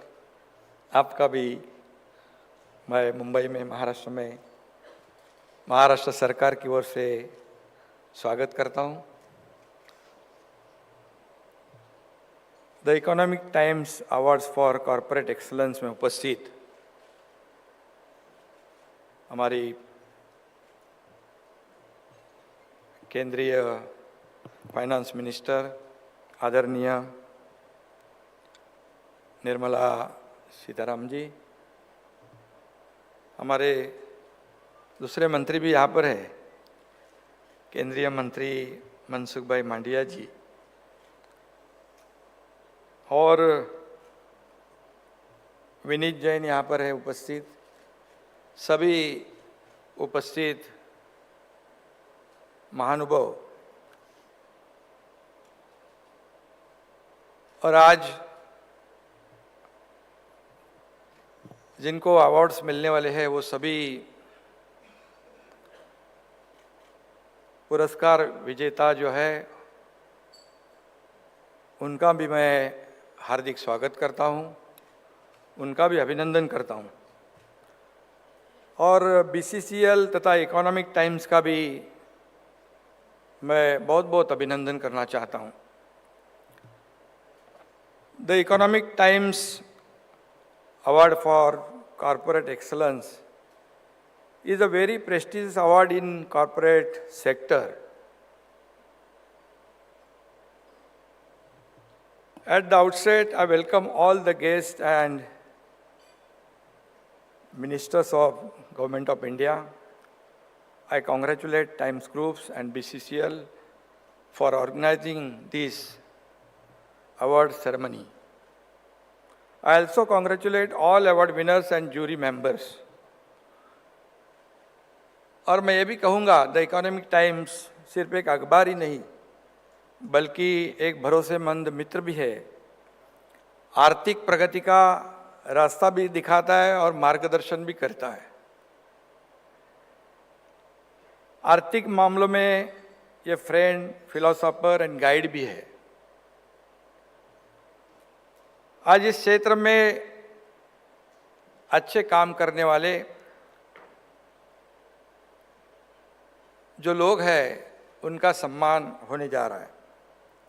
इस सम्मान से प्रेरित होकर भी युवा पीढ़ी इस क्षेत्र में अपना योगदान दे, ऐसी मेरी कामना है, अपेक्षा भी है। कोविड काल में भी हमारे मनसुख भाई मांडविया जी, जिन्होंने अच्छा काम किया, minister for health and family welfare, ये विभाग वो संभाल रहे। टीवी सोमनाथन सेक्रेटरी फाइनेंस है, श्री सुनील जी मित्तल है, शिवजी नाडर है, आरती जी कृष्णा है, निनीत जी कामत है, जयश्री जी गुलाल है। ये सभी लोग जो है, ये सभी पुरस्कार विजेताओं ने अपने अपने क्षेत्र में बहुत ही अच्छा काम किया है, उल्लेखनीय काम किया है। और इसलिए मैं फिर एक बार इस राज्य का मुख्यमंत्री के नाते ये पुरस्कार प्राप्त जो इतने विजेता है, उनका मैं अभिनंदन करना चाहता हूं, उनको शुभकामनाएं भी देता हूं। महाराष्ट्र एक ऐसा राज्य है जो बाहें फैलाकर हर किसी का स्वागत करता है, खास करके मुंबई हर एक को आगे बढ़ने का मौका भी देता है। मुंबई के बारे में आपने कहा, आमची मुंबई, ये सबका स्वागत करता है। इसी राज्य ने एक सामान्य नागरिक को मुख्यमंत्री भी बना दिया। यहाँ पर जो आंखों में सपने लेकर आते हैं और महाराष्ट्र और मुंबई आपसे 2 हाथ से लेती है लेकिन 100 हाथों से वापस भी लौटाती है, ये भी मुंबई की खासियत है और मुंबई का ये इम्पोर्टेंस भी है, महत्व भी है। महाराष्ट्र इस देश का आर्थिक आधार भी है and Mumbai is the economic capital of India with 15% contribution. Maharashtra is the biggest contributor of GDP. Maharashtra has share of 20% in production and 30% in foreign direct investment. So you can see that Maharashtra is the favorite destination of investors. मैं ये भी कहूँगा कि देश का 25% व्यापार जो है पोर्ट के माध्यम से होने वाला 40% व्यापार या मुंबई से होता है। देश में 40% इनकम टैक्स हो और 60% कस्टम ड्यूटी भी मुंबई से ही जाती है, ये भी मैं निश्चित रूप से कहूँगा। इसके अलावा देश का 40% विदेशी व्यापार भी मुंबई से होता है। Maharashtra is the growth engine of India और इस इंजन को और तेजी से चलाने के लिए हमने महाराष्ट्र में कई कदम उठाए। हमारी कोशिश यही है कि महाराष्ट्र हमेशा प्रथम क्रमांक पे रहे। मुझे विश्वास है कि अब यहाँ पर सब इंडस्ट्रियलिस्ट हैं, सब हमारे इस जो कोशिश में सब साथ देंगे। आज महाराष्ट्र इंडस्ट्रीज के लिए बहुत ही अच्छा वातावरण भी है, पोषक वातावरण भी है। महाराष्ट्र सभी जो उद्योग व्यवसाय जो है उनको हमेशा बढ़ावा देने वाली सरकार है, राज्य है और इसलिए बड़े इंडस्ट्रियलिस्ट जो है उद्योगपति है, यहाँ पर इन्वेस्ट करने के लिए भी आ रहे हैं। ये हमारे लिए बहुत बड़ी बात है। 2.5 साल पहले हमारी सरकार जो 9 महीने पहले, उससे पहले 2.5 साल की सरकार जो थी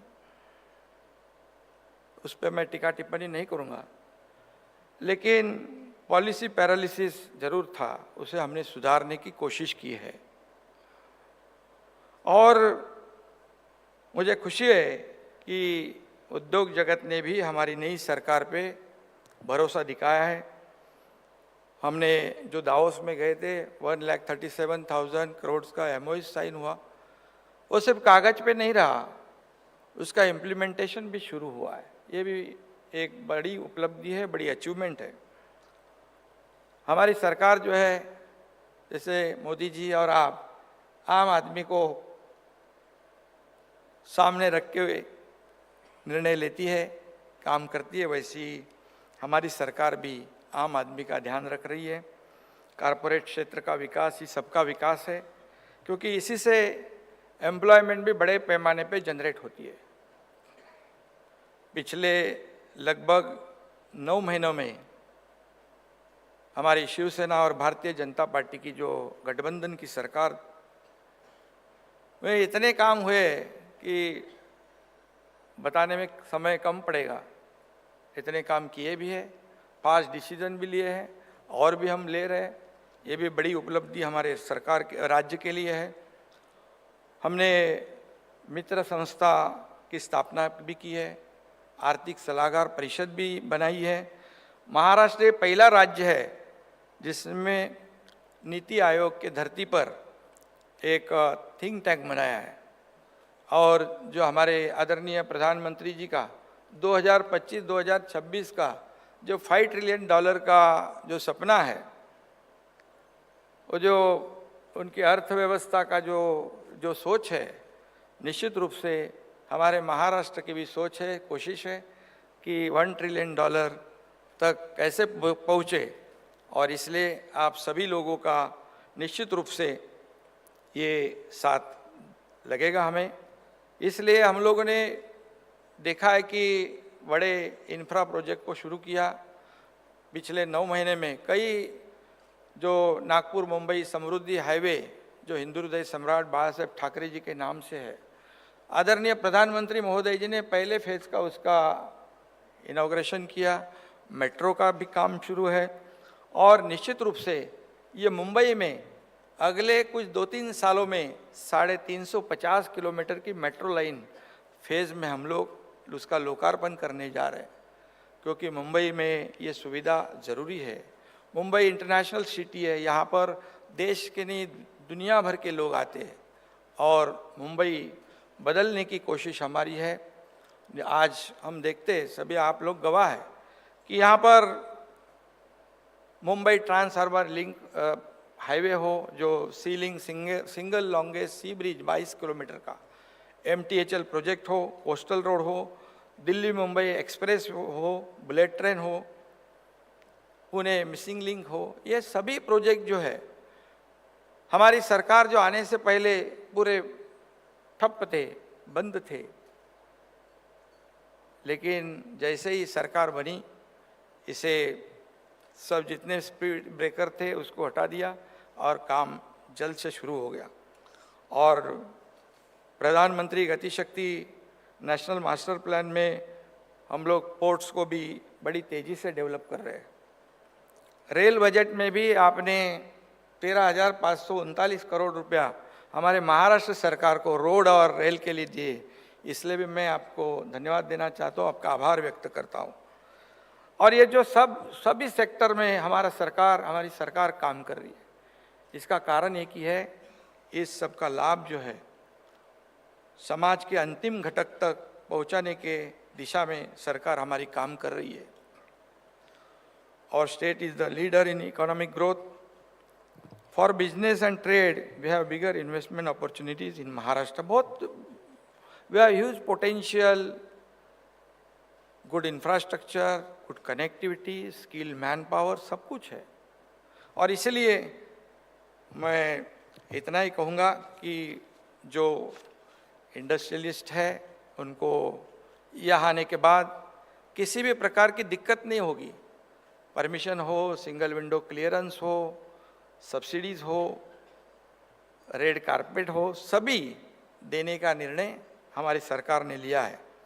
और निश्चित रूप से आज मैं यही कहूँगा, मुंबई से लेकर महाराष्ट्र में देश में सबसे ज़्यादा इंफ्रा प्रोजेक्ट महाराष्ट्र में शुरू है और इसमें आदरणीय प्रधानमंत्री जी का हमें पूरा साथ है।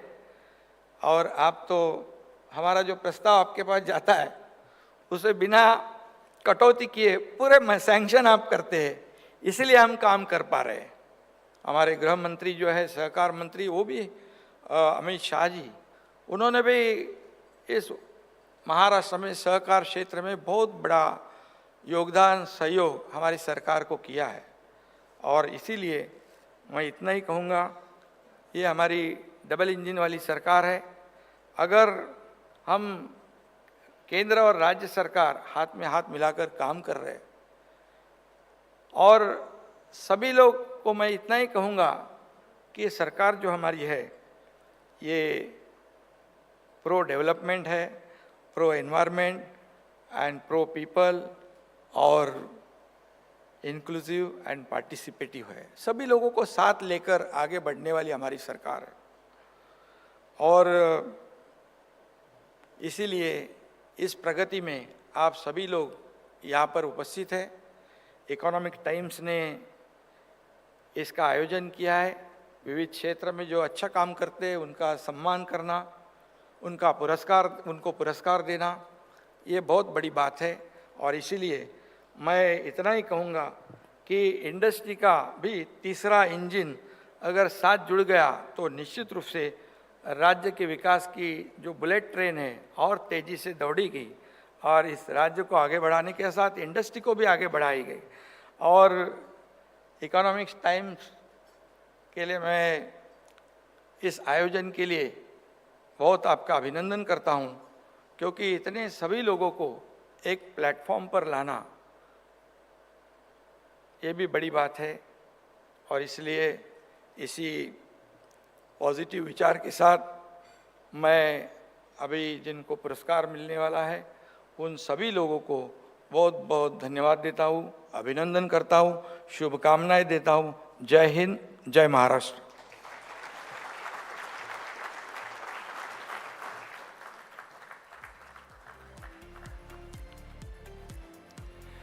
Thank you so much, Shindeji. And with that, I'd like to invite CEO Deloitte South Asia, Romal Shetty, on stage to address tonight's wonderful audience.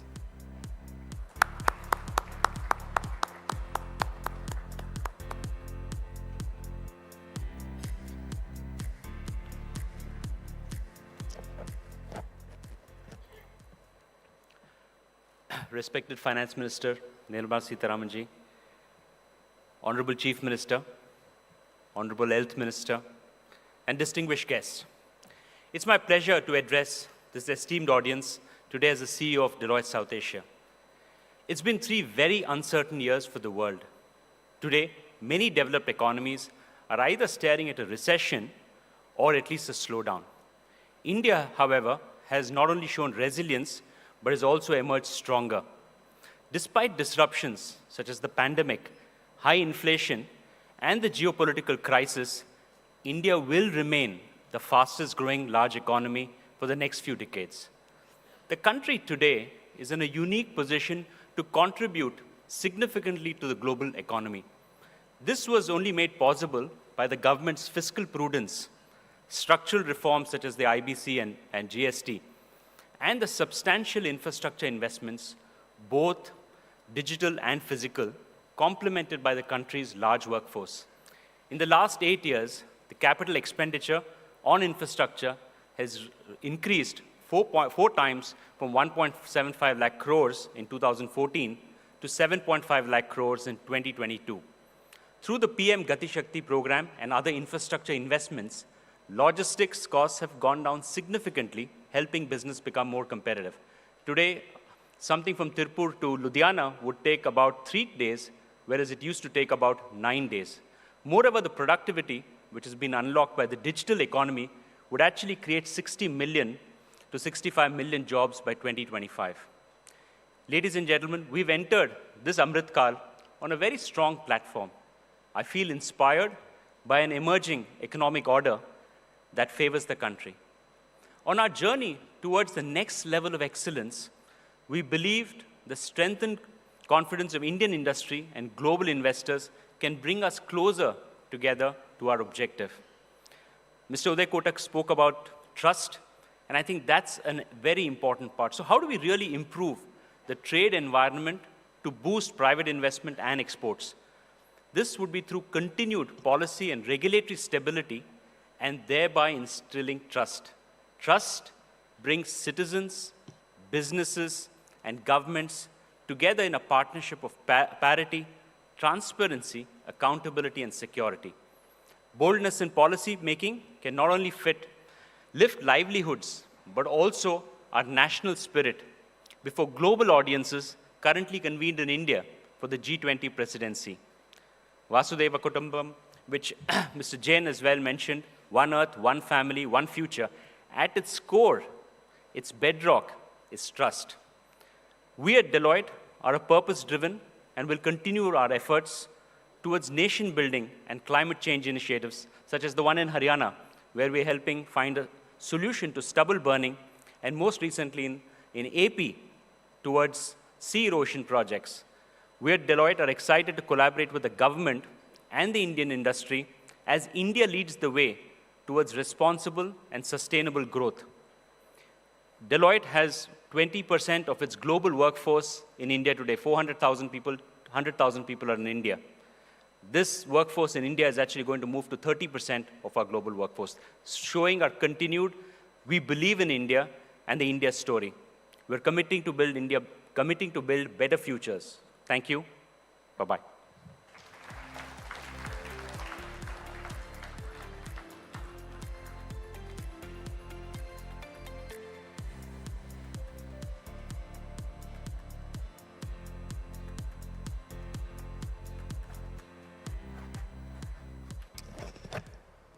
Thank you all so much. Thank you, sir. And with that, ladies and gentlemen, we're going to begin our wonderful awards night. The first award is Emerging Company of the Year, and the award goes to India's largest transmission company that has kept the green energy initiative a key element of its plan. It is proof that sustainable infrastructure development is not an oxymoron and that good business practice is good business. Let's hear it for the ET Emerging Company of the Year, Adani Transmission. I request Mr. Kandarp Patel, CEO Distribution, Adani Transmission, to please grace the stage and receive the award.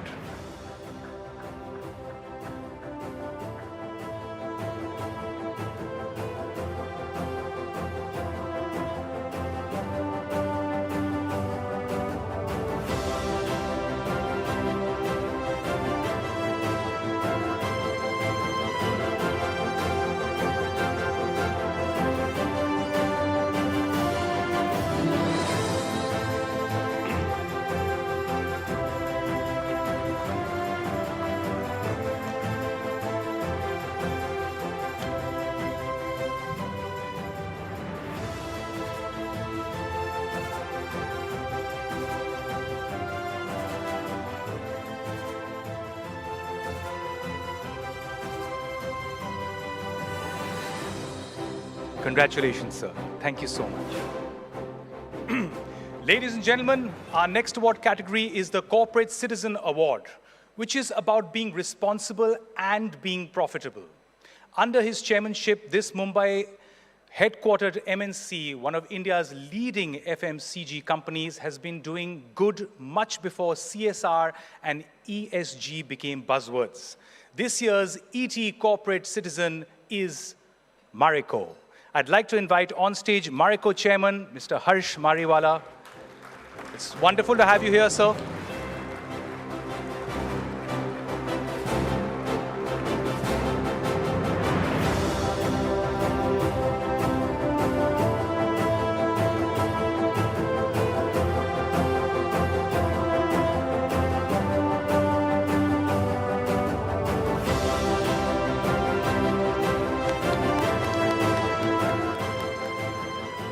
Sir, request you to please say a few words.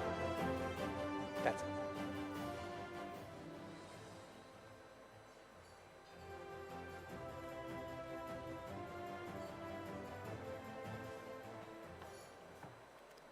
So good evening, all of you. I think a wise person once said that the purpose of life is a life of purpose. Marico began his purpose journey in the year 2000. When we finalize a purpose statement. And that purpose statement reads, make a difference to all the stakeholders. Normally, we believe that organizations exist only for shareholders. But we strongly believe that the organizations have to exist and add value to each of its stakeholders, whether it's on employees, associates, customers, of course, shareholders, and finally, the society. So we worked out a whole roadmap of how we can add value to each of our stakeholders. And this, as Cyrus was saying, began in the year 2003.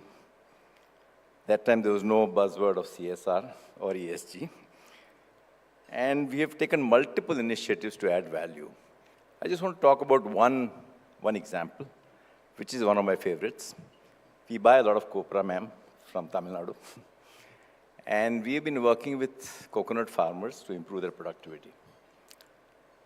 As of today, we are working with 70,000 farmers. And we have been able to add 15% additional, been able to improve productivity by 15% additional. That itself amounts to about 100 crores every year, which is likely to go to 200 crores within the next few years. So this is just one example, but I strongly believe that these initiatives add a lot of value to the organization's image. It creates a very good feel-good factor within the organization.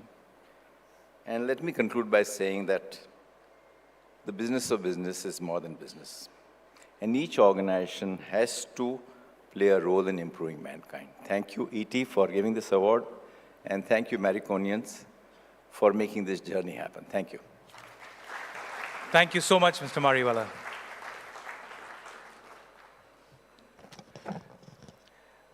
And with that, ladies and gentlemen, now we move on with a very special award for lifetime achievement. And where shall I start? Shiv Nadar is a man who epitomizes India's startup and innovative culture. Around the same time as Apple, he gave India its first microcomputer. Then there is the philanthropist. According to Huron India Philanthropy List for 2022, this billionaire's annual donations have been to the tune of 1,161 crore. That is around 3 crores every single day. Stepping down as chairman of HCL Tech, India's third largest IT services company by revenue in July 2020, he has now turned his full attention to philanthropy. Ladies and gentlemen, Chairman Emeritus HCL Tech, Shiv Nadar, a true icon, is the winner of this year's ET Lifetime Achievement Award. Mr. Nadar is unavailable to join us here today, but we do have his lovely daughter, HCL Tech Chairperson Roshni Nadar Malhotra with us. Thank you so much for being here, Roshni, and congratulations.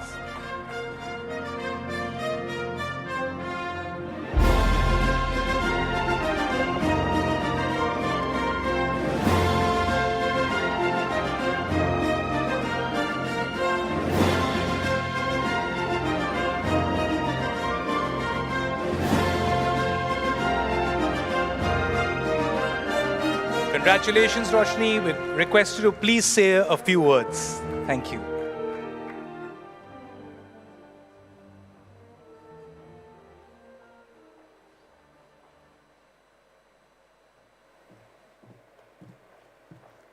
Honorable Finance Minister, Economic Times, and the jury, thank you so much for this honor.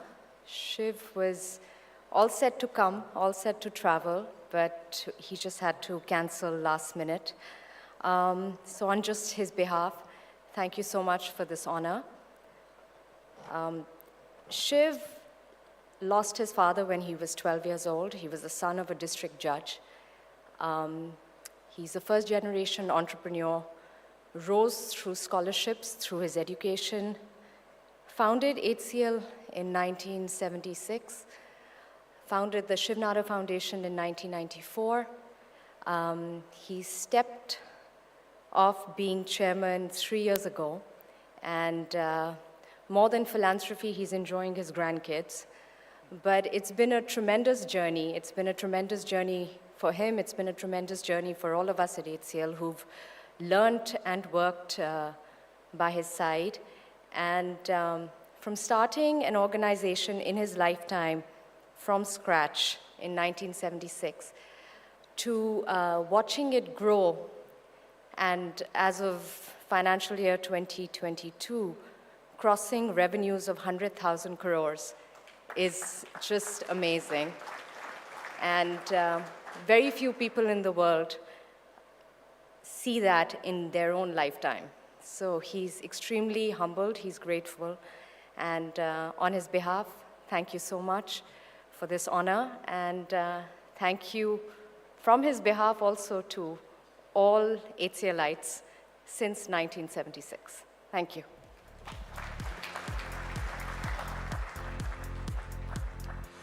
Thank you so much, and congratulations, ma'am. And with that, our next award is Businesswoman of the Year. That's right. Ladies and gentlemen, women are the engine of families. As our next winner proves, women are also the engine of family-owned enterprises. In her 4 years in the driver's seat of Sundram Fasteners, this University of Michigan Business School graduate has been fast and furious in her diversification plans. From auto parts, Sundram is entering into areas as diverse and cutting edge as aerospace, defense, and wind energy. This is, to my mind, real business and gender fluidity. It gives us immense pleasure to call ET's Businesswoman of the Year, Managing Director, Sundram Fasteners, Aarti Krishna. Congratulations, ma'am.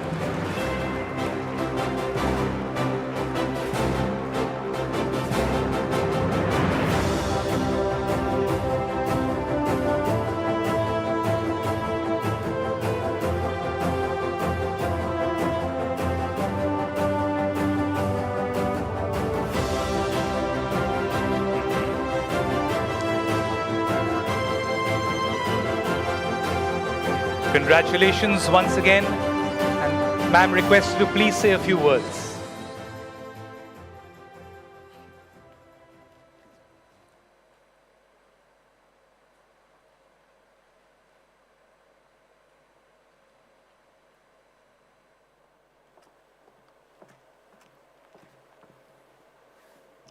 Good evening to everyone.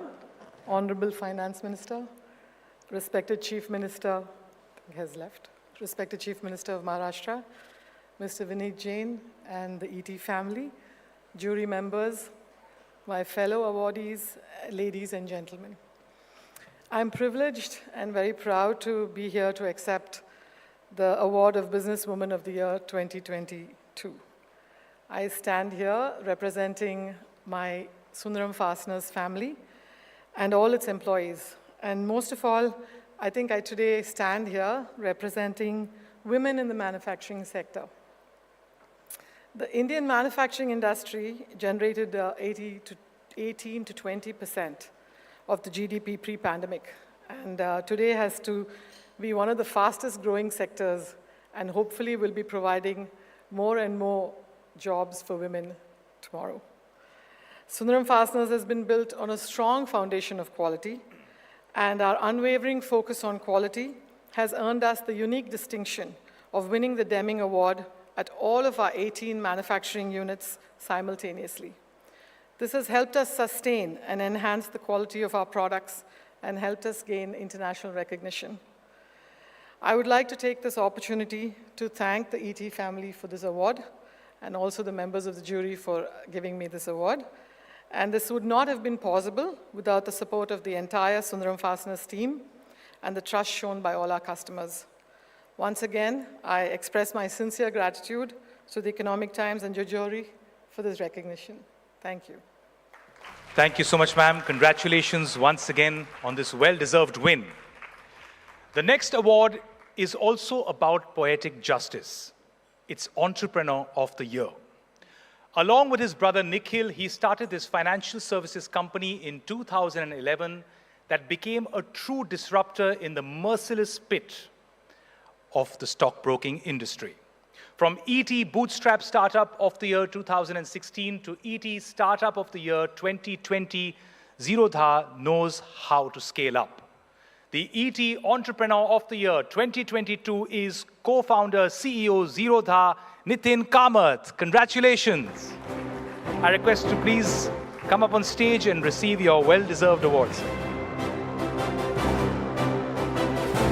This also happens to be Zerodha's third ET award since 2016.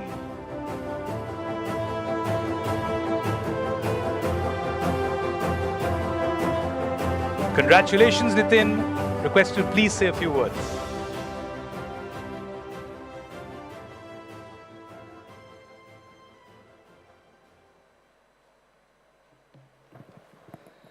Yeah, thanks, ET and the jury for the acknowledgement. Until I walked in, I've been at a lot of startup awards, but until I walked in, I didn't realize that this is the real deal. So these are all the leaders I've been looking up to through my life. ET, has been part of my life from 20 plus years. I've woken up every morning reading ET. I've gotten inspired reading about a lot of leaders in this room. It is almost surreal today to be sitting amongst in that table and to be receiving this award. Thanks a lot, ET, for inspiring to start, and then through this journey, all the awards that we've gotten. Now, success of the business wouldn't have been possible if not for the enablers the government has put in place. UPI for payments, Aadhaar for online onboarding. So I'd like to thank the government because there is no way in hell we could have done this without those enablers in place.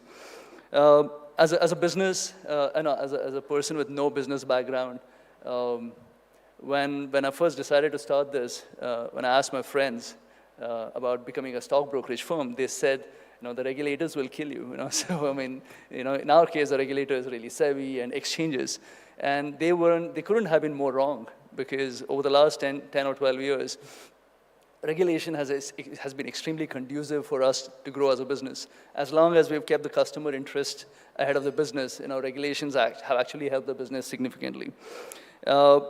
We have gotten to 1.1 crore customers, maybe one of the only few businesses around the world to have gotten here without ever marketing or advertising. So, I would like to thank our customers for all the love and support, and I'm hoping that we can continue to earn their love and support in the future. As a CEO, I get to be the face, but there is a big team behind this. So I'd like to thank everyone who's part of Zerodha for this. And finally, I'd like to want to thank the goddess of luck. She doesn't get as much due as she should. To be lucky to be born at the right country, to be born at the right time, at the right family, to be married to the right person, to have gotten lucky to find the right people to come join me in this journey. And to be at the right place, right time, I don't know how many times. I've done a lot of mistakes in my life, and a lot of times people come to me and ask, Nitin, what would you change if you could? And my answer usually is none, because any one small change would potentially mean I would not be here today.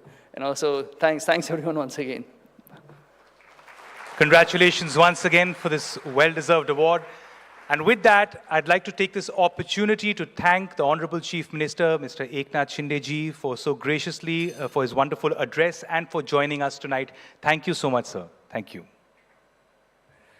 With that, ladies and gentlemen, our next award is about doing what is arguably the toughest job in business, policy and change, as if policy alone wasn't tough enough. Which is why this year's ET, Policy Change Agent, is responsible for every budgetary spend now being accounted for. We do know you like staying in the background, but this time you will have to come under the lights, sir. ET, Policy Change Agent of the Year, Finance Secretary, Government of India, TV, Somanathan. Thank you for being here, sir.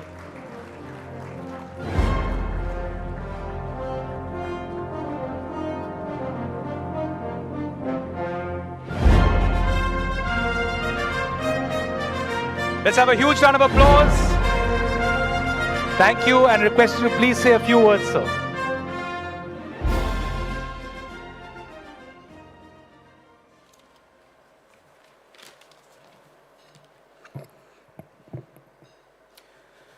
Honorable Minister of Finance, Honorable Minister for Health, Family Welfare, Chemicals, Pharmaceuticals and Fertilizers, Honorable Chief Minister of Maharashtra, distinguished guests, ladies and gentlemen.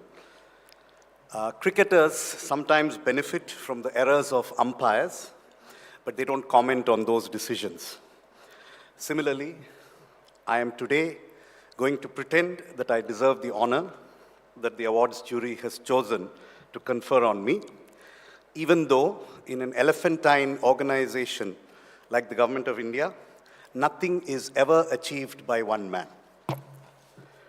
Let me first and foremost express my gratitude to the Honorable Prime Minister for giving officers like me the freedom to work without fear or favor, to speak frankly and perhaps even bluntly in internal discussions, to take steps that may be unpalatable but necessary on the principle of nation first. Secondly, I began a moment ago by saying that nothing in government is achieved by one man. Well, in this otherwise beautifully organized and executed function, I must say there has been one mistake. The person who really deserves credit for the achievements which were outlined here was not the man who received the award, but the lady who gave it. For me, it is a civil servant's dream come true to work under a minister of such impeccable integrity and morality, both official and personal, as Srimati Nirmala Sitharaman. Thirdly, God has blessed me with an outstanding set of staff and colleagues. In particular, I want to mention Mrs. Annie Matthew, Special Secretary, Mr. Sanjay Prasad, Sajjan Yadav, Ashish Vachani, Manoj Sahai, Additional Secretaries, Mr. Sanjay Agarwal and Amit Negi, Joint Secretaries, Mr. Shyam Dubey, Controller General of Accounts, Mr. Umesh Shukla, Chief Advisor Cost, my personal staff, Mrs. Netrapal Singh, Rakesh Kumar, and Chanakya Kelkar, and my drivers, Nand Kishore and Jagdeep, all of whom had important roles to play in whatever was achieved. I also want to thank all the staff of the Department of Expenditure, the Budget Division, the Indian Civil Accounts Service, and the Indian Cost Accounts Service. Finally, I thank the Economic Times, Deloitte, and all of you present here for the encouragement you have given through this award to the lonely, thankless, and much maligned discipline of public administration. Thank you very much. Thank you so much, sir, and congratulations once again. With that, we move to our next category, which is Business Reformer Award. And this award category is special even by the category standards. Let's just say without his push, more like a heave actually, at a crucial juncture in the country's battle against COVID-19, India Inc., and dare I say India, wouldn't have jumped back, posting a recovery that is still the talk of the world. He took over his job at the worst possible time, the height of the Delta wave. He turned out to be the best bet against the pandemic. At the forefront of the largest vaccination program in human history, he made vaccine supply meet demand and ensured distribution. Action matched policy, and for that we must thank the massive role played by ET's Business Reformer of the Year. Ladies and gentlemen, Minister for Health and Family Welfare, Chemicals and Fertilizers, our winner is Mansukh Mandavia. Request to please grace the stage, sir.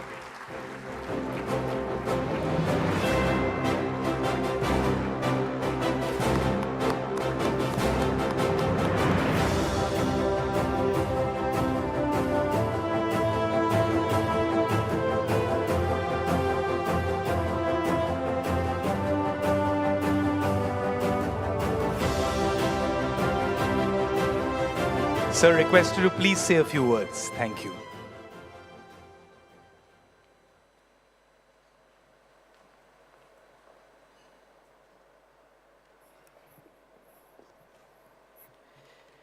मंच पर उपस्थित निर्मला जी, राज्य के मुख्यमंत्री एकनाथ शिंदे जी, विनीत जी, सभी उपस्थित भाइयों एवं बहनों,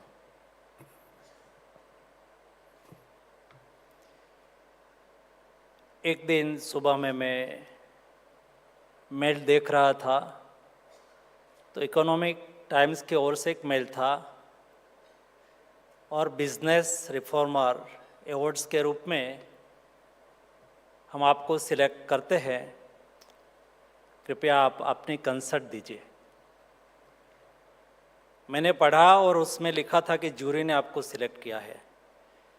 तो मैं जूरी कौन थे, जूरी में कौन कौन थे, ऐसा ही उसकी लिस्ट देखी। उसमें से कोई को मैंने कॉल करके पूछा कि आप सिलेक्शन कैसे करते हो, तो उन्होंने कहा कि हमारी सिलेक्शन की प्रोसीजर वोटिंग के आधार पर होती है। हम सब लोग उसमें अपनी राय, अपना वोटिंग का यूज करके उसमें जो प्रायोरिटी में आते हैं उसको हम अवार्ड देते हैं, उसके लिए हम रिकमेंडेशन करते हैं। दोस्तों, मेरी दृष्टि से जूरी को मैं अभिनंदन करना चाहता हूँ। ये अवार्ड शायद देश के हेल्थ मिनिस्टर के रूप में मैं स्वीकार कर रहा हूँ, लेकिन सचमुच ये प्रधानमंत्री जी के न्यू इंडिया की सक्सेस स्टोरी का ये अवार्ड है। प्रधानमंत्री जी के मार्गदर्शन और देश के साइंटिस्ट, देश के डॉक्टर्स, देश की नर्स, देश के पैरामेडिक स्टाफ, देश के सफाई कर्मी से लेके पुलिस कर्मी, सभी कोरोना वॉरियर्स जिन्होंने कोविड क्राइसिस के सामने लड़ाई लड़ी, उसको मैं अवार्ड समर्पित करता हूँ। दोस्तों, हर देश का अपना मॉडल होता है और हर देश को अपनी स्ट्रेंथ होती है। ये हिंदुस्तान की शक्ति का प्रतीक है। सवाल ये नहीं है कि हिंदुस्तान में शक्ति अभी ही क्यों दिखाई दी। कोविड क्राइसिस के सामने कोविड मैनेजमेंट और वैक्सीनेशन ड्राइव हम सक्सेसफुली कैसे लड़ पाए, मोदी जी ने केवल इतना ही किया। हमारी बेसिक शक्ति, हमारा इंडिया का मॉडल, हमारा कल्चर, हमारी विरासत, उसमें हमेशा शक्ति रही है। एक शक्ति का उपार्जन करने की कोशिश मोदी जी ने की। जब देश में लॉकडाउन हुआ तो मोदी जी ने देश में सभी कोरोना वॉरियर्स उसको प्रोत्साहित किया, कभी थाली बजाई, उनके सम्मान में कभी ताली बजाई, कभी एयरफोर्स के प्लेन के द्वारा ट्राई कलर से उसका सम्मान किया। दोस्तों, उसका हौसला बढ़ा। दुनिया में डॉक्टर्स, नर्स, डेवलप्ड कंट्री के साथ उस वक्त मेरी मीटिंग चलती थी, वो बताते थे कि हमारे यहाँ डॉक्टर्स नहीं आते हैं, नर्स हॉस्पिटल नहीं आती है। दोस्तों, हिंदुस्तान की विरासत है। हमारे यहाँ हेल्थ एक कभी कॉमर्स नहीं है। हिंदुस्तान के लिए हेल्थ एक सेवा है, ये सेवा भाव ये हमारा संस्कार है। मोदी जी ने समय पर इस संस्कार को उजागर किया। कई ऐसे डॉक्टर्स मैंने देखा है, कई ऐसी नर्स मैंने देखी है। उस वक्त दोस्तों दिल द्रविड़ उठता था। छोटी सी 3 महीने की बच्ची अपने घर पे हो, नर्स 1 महीने से कोविड वार्ड में अपनी ड्यूटी दे रही हो, व्हाट्सएप वीडियो से उसको देख लेती थी, आंसू बहा लेती थी, लेकिन उन्होंने ड्यूटी नहीं छोड़ी। उन्होंने देश के प्रति अपनी सेवा करती रही ताकि देश बच गया। दोस्तों, हिंदुस्तान की ताकत। हम हमारे घर के द्वार पर लिखते हैं, लिखते तो थे, लेकिन उसके सामने देखते नहीं थे। मोदी जी ने ये हमारा सूत्र हमारा डोर पे लिखा होता है, लाभ शुभ। हम केवल लाभ की बात करने वाले लोग नहीं हैं। लाभ की बात तो हर कोई करेगा, व्यक्ति मात्र करेगा, सभ्यता मात्र करेगी, प्राणी मात्र स्वयं के लिए सोचेगा। लेकिन हम हिंदुस्तान के इस संस्कार के वाहक हैं। हम हमारे घर के डोर के पर लिखते हैं, लाभ के साथ शुभ, मेरा कल्याण हो, लेकिन दूसरे का भी कल्याण होना चाहिए। और इस हमारी क्षमता, इस हमारा विरासत, दोस्तों, जब कोविड क्राइसिस चल रही थी, दुनिया की कई कंट्री ने वैक्सीन बना लिया था। वो वैक्सीन को स्टोरेज कर रहे थे, और उस वक्त मोदी जी ने देश की रिक्वायरमेंट पूरी करने के साथ 140 कंट्री में वैक्सीन मैत्री के तहत दुनिया को मदद किया। ये हमारा संस्कार है। जब देश में लॉकडाउन चल रहा था, उस वक्त मोदी जी ने हमें निर्देश दिया, मेडिसिन की स्थिति क्या है। तो मैं फार्मा मिनिस्ट्री भी देख रहा हूँ, तो मैंने प्रधानमंत्री जी को बताया कि देश की रिक्वायरमेंट को पूरा करने के लिए हमारी इंडस्ट्री सक्षम है, हम प्रोडक्शन कर लेंगे। तब मोदी जी ने कहा था कि हमें हमारी रिक्वायरमेंट तो पूरी करनी है, लेकिन दुनिया के प्रति भी हमारी जिम्मेवारी है। हम केवल हमारा ही सोचने वाले लोग नहीं हैं, हम वसुधैव कुटुंबकम के विचार के वाहक हैं। और दोस्तों, 150 कंट्री में हिंदुस्तान ने मेडिसिन उपलब्ध कराई। और केवल उस वक्त जो हेल्थ को हमने कॉमर्स के रूप में देखा होता, तो हम मेडिसिन की प्राइस को हाइक कर सकते थे, बढ़ा सकते थे, दुनिया को लेनी ही लेनी थी, उसके पास नहीं थी। दोस्तों, मैं देश की फार्मा इंडस्ट्रीज को अभिनंदन करना चाहता हूँ।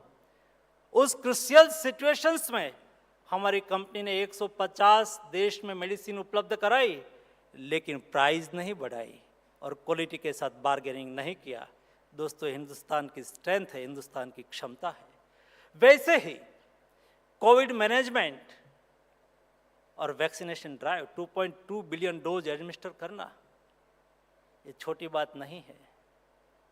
आपने कभी ऐसा मैसेज और न्यूज़पेपर में नहीं देखा होगा। 11 दिन ऐसा थे जिसमें 1 करोड़ से अधिक वैक्सीन डोज एडमिनिस्टर हुआ हो। हम वैक्सीनेशन के लिए गए, लेकिन वैक्सीनेटर नहीं थे और हम वापस आए, कभी नहीं हुआ। 1.5 लाख वैक्सीनेशन सेंटर हर दिन चलते थे। आप वैक्सीनेशन के लिए गए हो, आपने नहीं सुना होगा कि वैक्सीनेटर थे लेकिन वैक्सीन नहीं था इसलिए हम वापस आए। आपने कभी नहीं सुना होगा कि वैक्सीनेटर भी थे, वैक्सीन भी थे, लेकिन सिरिंज नहीं थी इसलिए वैक्सीनेशन रुका हुआ था। आपने कभी नहीं सुना होगा कि वैक्सीनेटर थे, वैक्सीन थे, सिरिंज थी, लेकिन नीडल नहीं थी इसलिए वैक्सीनेशन नहीं हो पाया। जी नहीं, वैक्सीन भी था, वैक्सीनेटर भी थे, कभी सिरिंज की कमी भी नहीं हुई, कभी नीडल की कमी भी नहीं हुई। ये हिंदुस्तान ने बेस्ट वैक्सीनेशन ड्राइव चला के 2.2 बिलियन डोज एडमिनिस्टर करने वाला विश्व का सबसे बड़ा देश कोई है, उसका नाम हिंदुस्तान है दोस्तों। और इसलिए आज इकोनॉमिक टाइम्स ने मुझे एक प्रतीक के रूप में सम्मानित करके हिंदुस्तान की क्षमता का सम्मान किया है, मोदी जी का विजन का सम्मान किया है, मेरी कोरोना वॉरियर्स और हेल्थ आर्मी का सम्मान किया है। इसलिए मैं इकोनॉमिक टाइम्स को अभिनंदन करता हूँ। धन्यवाद। Thank you so much, sir. Thank you. Now, like most people, I too judge people by the company they keep. And the next award category happens to be ET Company of the Year. And it goes to a company that certainly is a keeper. This is a turnaround story of epic proportion. From being buried under a mountain of NPAs 5 years ago to a rescue mission under a new management, and today, the poster boy for the banking industry. Not all banks are unusually known for quickly adapting to technology. Well, this one widened its reach, emphasized its online presence by getting teched up, which is why, ladies and gentlemen, ET Company of the Year is ICICI Bank. Congratulations.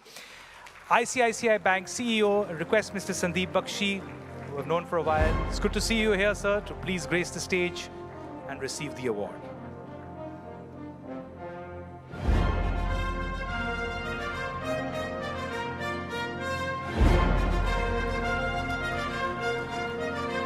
Thank you so much, sir. Request you to please say a few words.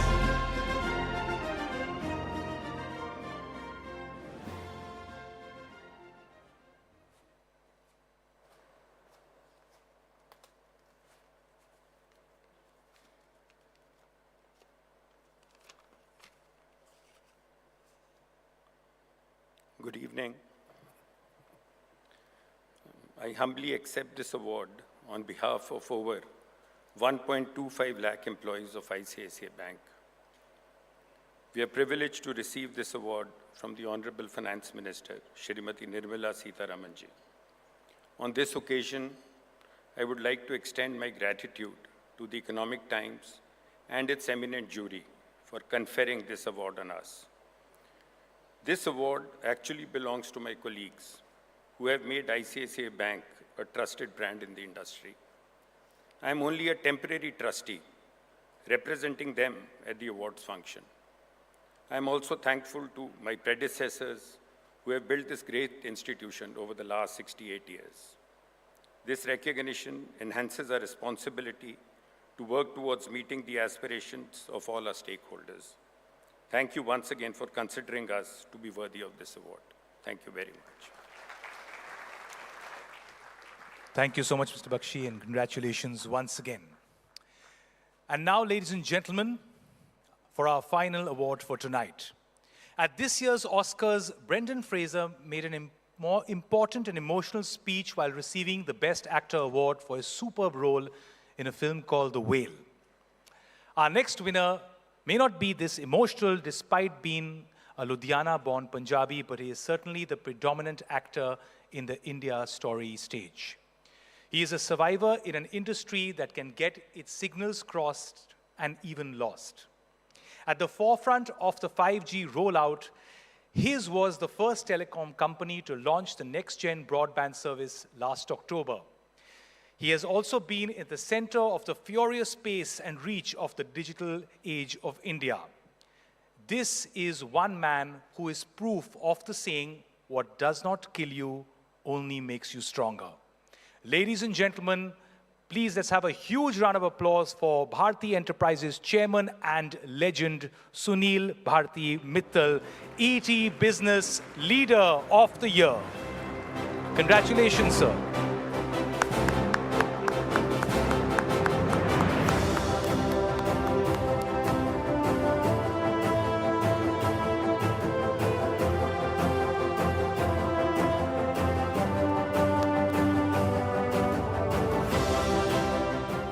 So we have a very strong signal, so I'm going to request you to please say a few words.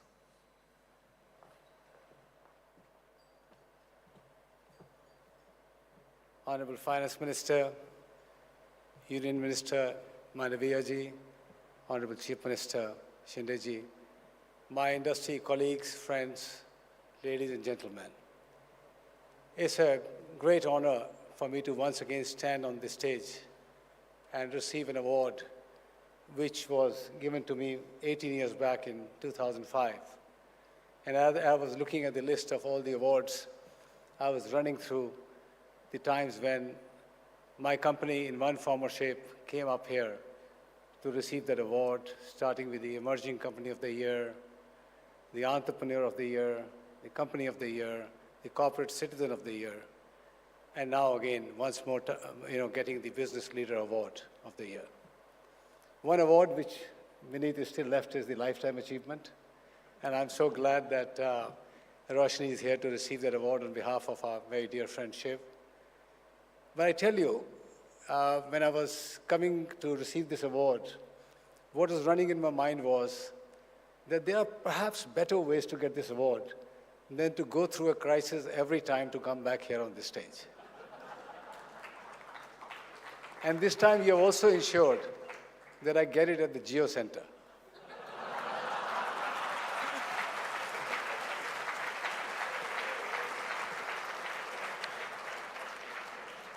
"18 years is a long time. Today I have more years to look back than look forward. At 65, coming close to 66, it's been a long journey.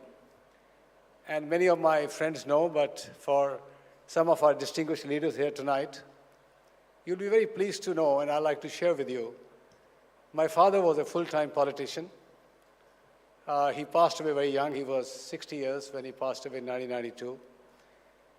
And as normally is the process, most of the political families do come into active politics in the next generation as well. Some of us were politically inclined. Rajan is here with me today, my brother, and we came in a very active political family. And it was my mother who said, "No way you're going to go into politics." And I can confess that I was not as elegantly and well-educated as many of my colleagues. I, with great difficulty, had done my graduation in '76. At a young age of 18, I had rolled my dice to hopefully create something. I was on a journey not knowing where my destination was. But 2 or 3 years before my father passed away, he was not keeping good health. He said, "I can see the journey you're on. You're working hard. You are committed. You're passionate. I foresee a good future for you. Well, it'll be really nice if a politician's son can go and create a global corporation." And I tell you today, when I come and receive this award, I can tell you there is one big reason for it. That is his blessings, of course, but importantly, getting trained in a political family, where almost every day there are shifts and movements, where there are things happening that you don't anticipate. You go through crisis after crisis, and I think that possibly is one reason why we could come through multiple crises. 2003, when I got the award in 2005, 2008-09, when we got the Company of the Year award, and today, as I stand here in 2023, we came through another very, very big tsunami or a hurricane, whatever you may call it. Nirmala ji, I would like to say that this award, while it represents me as the Business Leader of the Year, it really is for the company. It is an award for Airtel. And what is Airtel? What does it represent? It represents a very unique story, that in this country, you can start with 20,000 rupees as a young college graduate and go and create a global powerhouse. Today, Airtel is the second largest mobile company in the world. And that is, of course, due to a lot of work done by thousands of people. But more importantly, the main reason is that it is this country that provides such opportunities to people who come from absolutely nowhere. Nitin has come up and picked up an award here today. He's created a wonderful company, and I see these stories coming through all the time. And in the last 18 years, this has only picked up massive acceleration. There is so much momentum in this country. I have grown up and watched various phases of socialism, moving from socialism to somewhat of opening up. 1992, when everything seemed to be lost, or rather 91, when ushering of reforms happened, the famous 92 reforms. I went through that phase, and then many other phases. But what happened under Honorable Prime Minister Modi ji's time from 2014 is unprecedented. The last 8-9 years have really changed this country. From a country that you represented as a developing country, from a country that you represented across the globe in various forums as a country which was struggling on many fronts, to today when you go around the globe, to be one of the most powerful countries in the world has become a huge shift in how India is seen across the globe. You were in Washington, D.C. at the same time, just 10 days back, I was there as well. And I can tell you the way American leadership now looks at India and treats India is significantly different from where we were just about 10 years back also. That, to my mind, is the power that this country gives to people like us, entrepreneurs like us, to deliver and deliver every day at scale that is unprecedented in the world. Amitabh spoke about digital, you mentioned digital, and Mandavia ji spoke about health and digital. During COVID time, this industry, not for a moment or a single day, let this country down. The traffic moved from urban to rural areas, traffic moved from offices to homes. Not one day this industry let heartbeat stop of this country. They served day in and day out. And today, as the country is progressing forward, it is on one of the most important pillars of digital. And that digital dream of India rests on a handful of companies. And all I would urge you, on behalf of the entire industry, to continue to nourish and nurture it. I mentioned in my interview with the Economic Times, and I'll end by asking a question, who does Airtel belong to? If during this last round, when many companies have actually gone away, Uday spoke about consolidation. In our case, Uday, there was no consolidation. There was only annihilation. It was just company after company disappearing. Customers kept their faith. More customers joined us, which gave me the hope that we are doing something right. Airtel employees, thousands of them, were out on scooters in scorching heat to fight in the marketplace and ensure that the customers are staying with us, more customers are coming with us. They kept the faith, they stayed the course. And then investors, when they saw fires engulfing this industry, they came and poured billions of dollars into Airtel. They doused the fires. They gave us the strength in our balance sheet to move forward. And when a bolt from the blue came from the Supreme Court in the form of an AGR penalty, not a 500 crore, not a 5,000 crores, but a 50,000 crore penalty, an unheard of penalty, the government stepped up. They gave the helping hand, quickly moved a cabinet proposal to ensure that this industry, the players in the industry survive. The path-breaking reforms of 2021, to my mind, make a big difference to the industry and importantly, gave a signal when things will really go down, the government will come and step up and ensure that they support the industry that is so vital to this country. So who does this company belong to? Its employees, its customers, its investors, or the government? My simple answer is, this is a national asset. Airtel is not my company. I had the privilege of founding it, and today I stand here to take this award. I have the privilege to be at the helm of this company. But, Honorable Finance Minister, this is truly a national asset which needs to be nurtured. This needs to be a story that inspires thousands of more entrepreneurs in this country to create the magic that Airtel has been able to create. Thank you very much. Thank you so much, sir. Congratulations once again on such a well-deserved award. And I'd also like to thank Ms. Sitharaman for your wonderful presence. Thank you so much, ma'am. And with that, I would request all the winners to please gather on stage for a wonderful group photograph, one like no other with so many super achievers. So could we please have you all on stage? And we really want to have this wonderful photo op. So let's have all the winners on stage. Once again, please don't forget to tweet about tonight using the hashtag ET Awards. And once again, we'd really like to thank our wonderful partner for tonight, Deloitte. Thank you all, ladies and gentlemen, for making this year's ET Awards not just memorable, but also a true show of strength. The next time we meet, I sincerely hope that I'm not replaced by an AI who will be standing here while I'm doing all the hard work.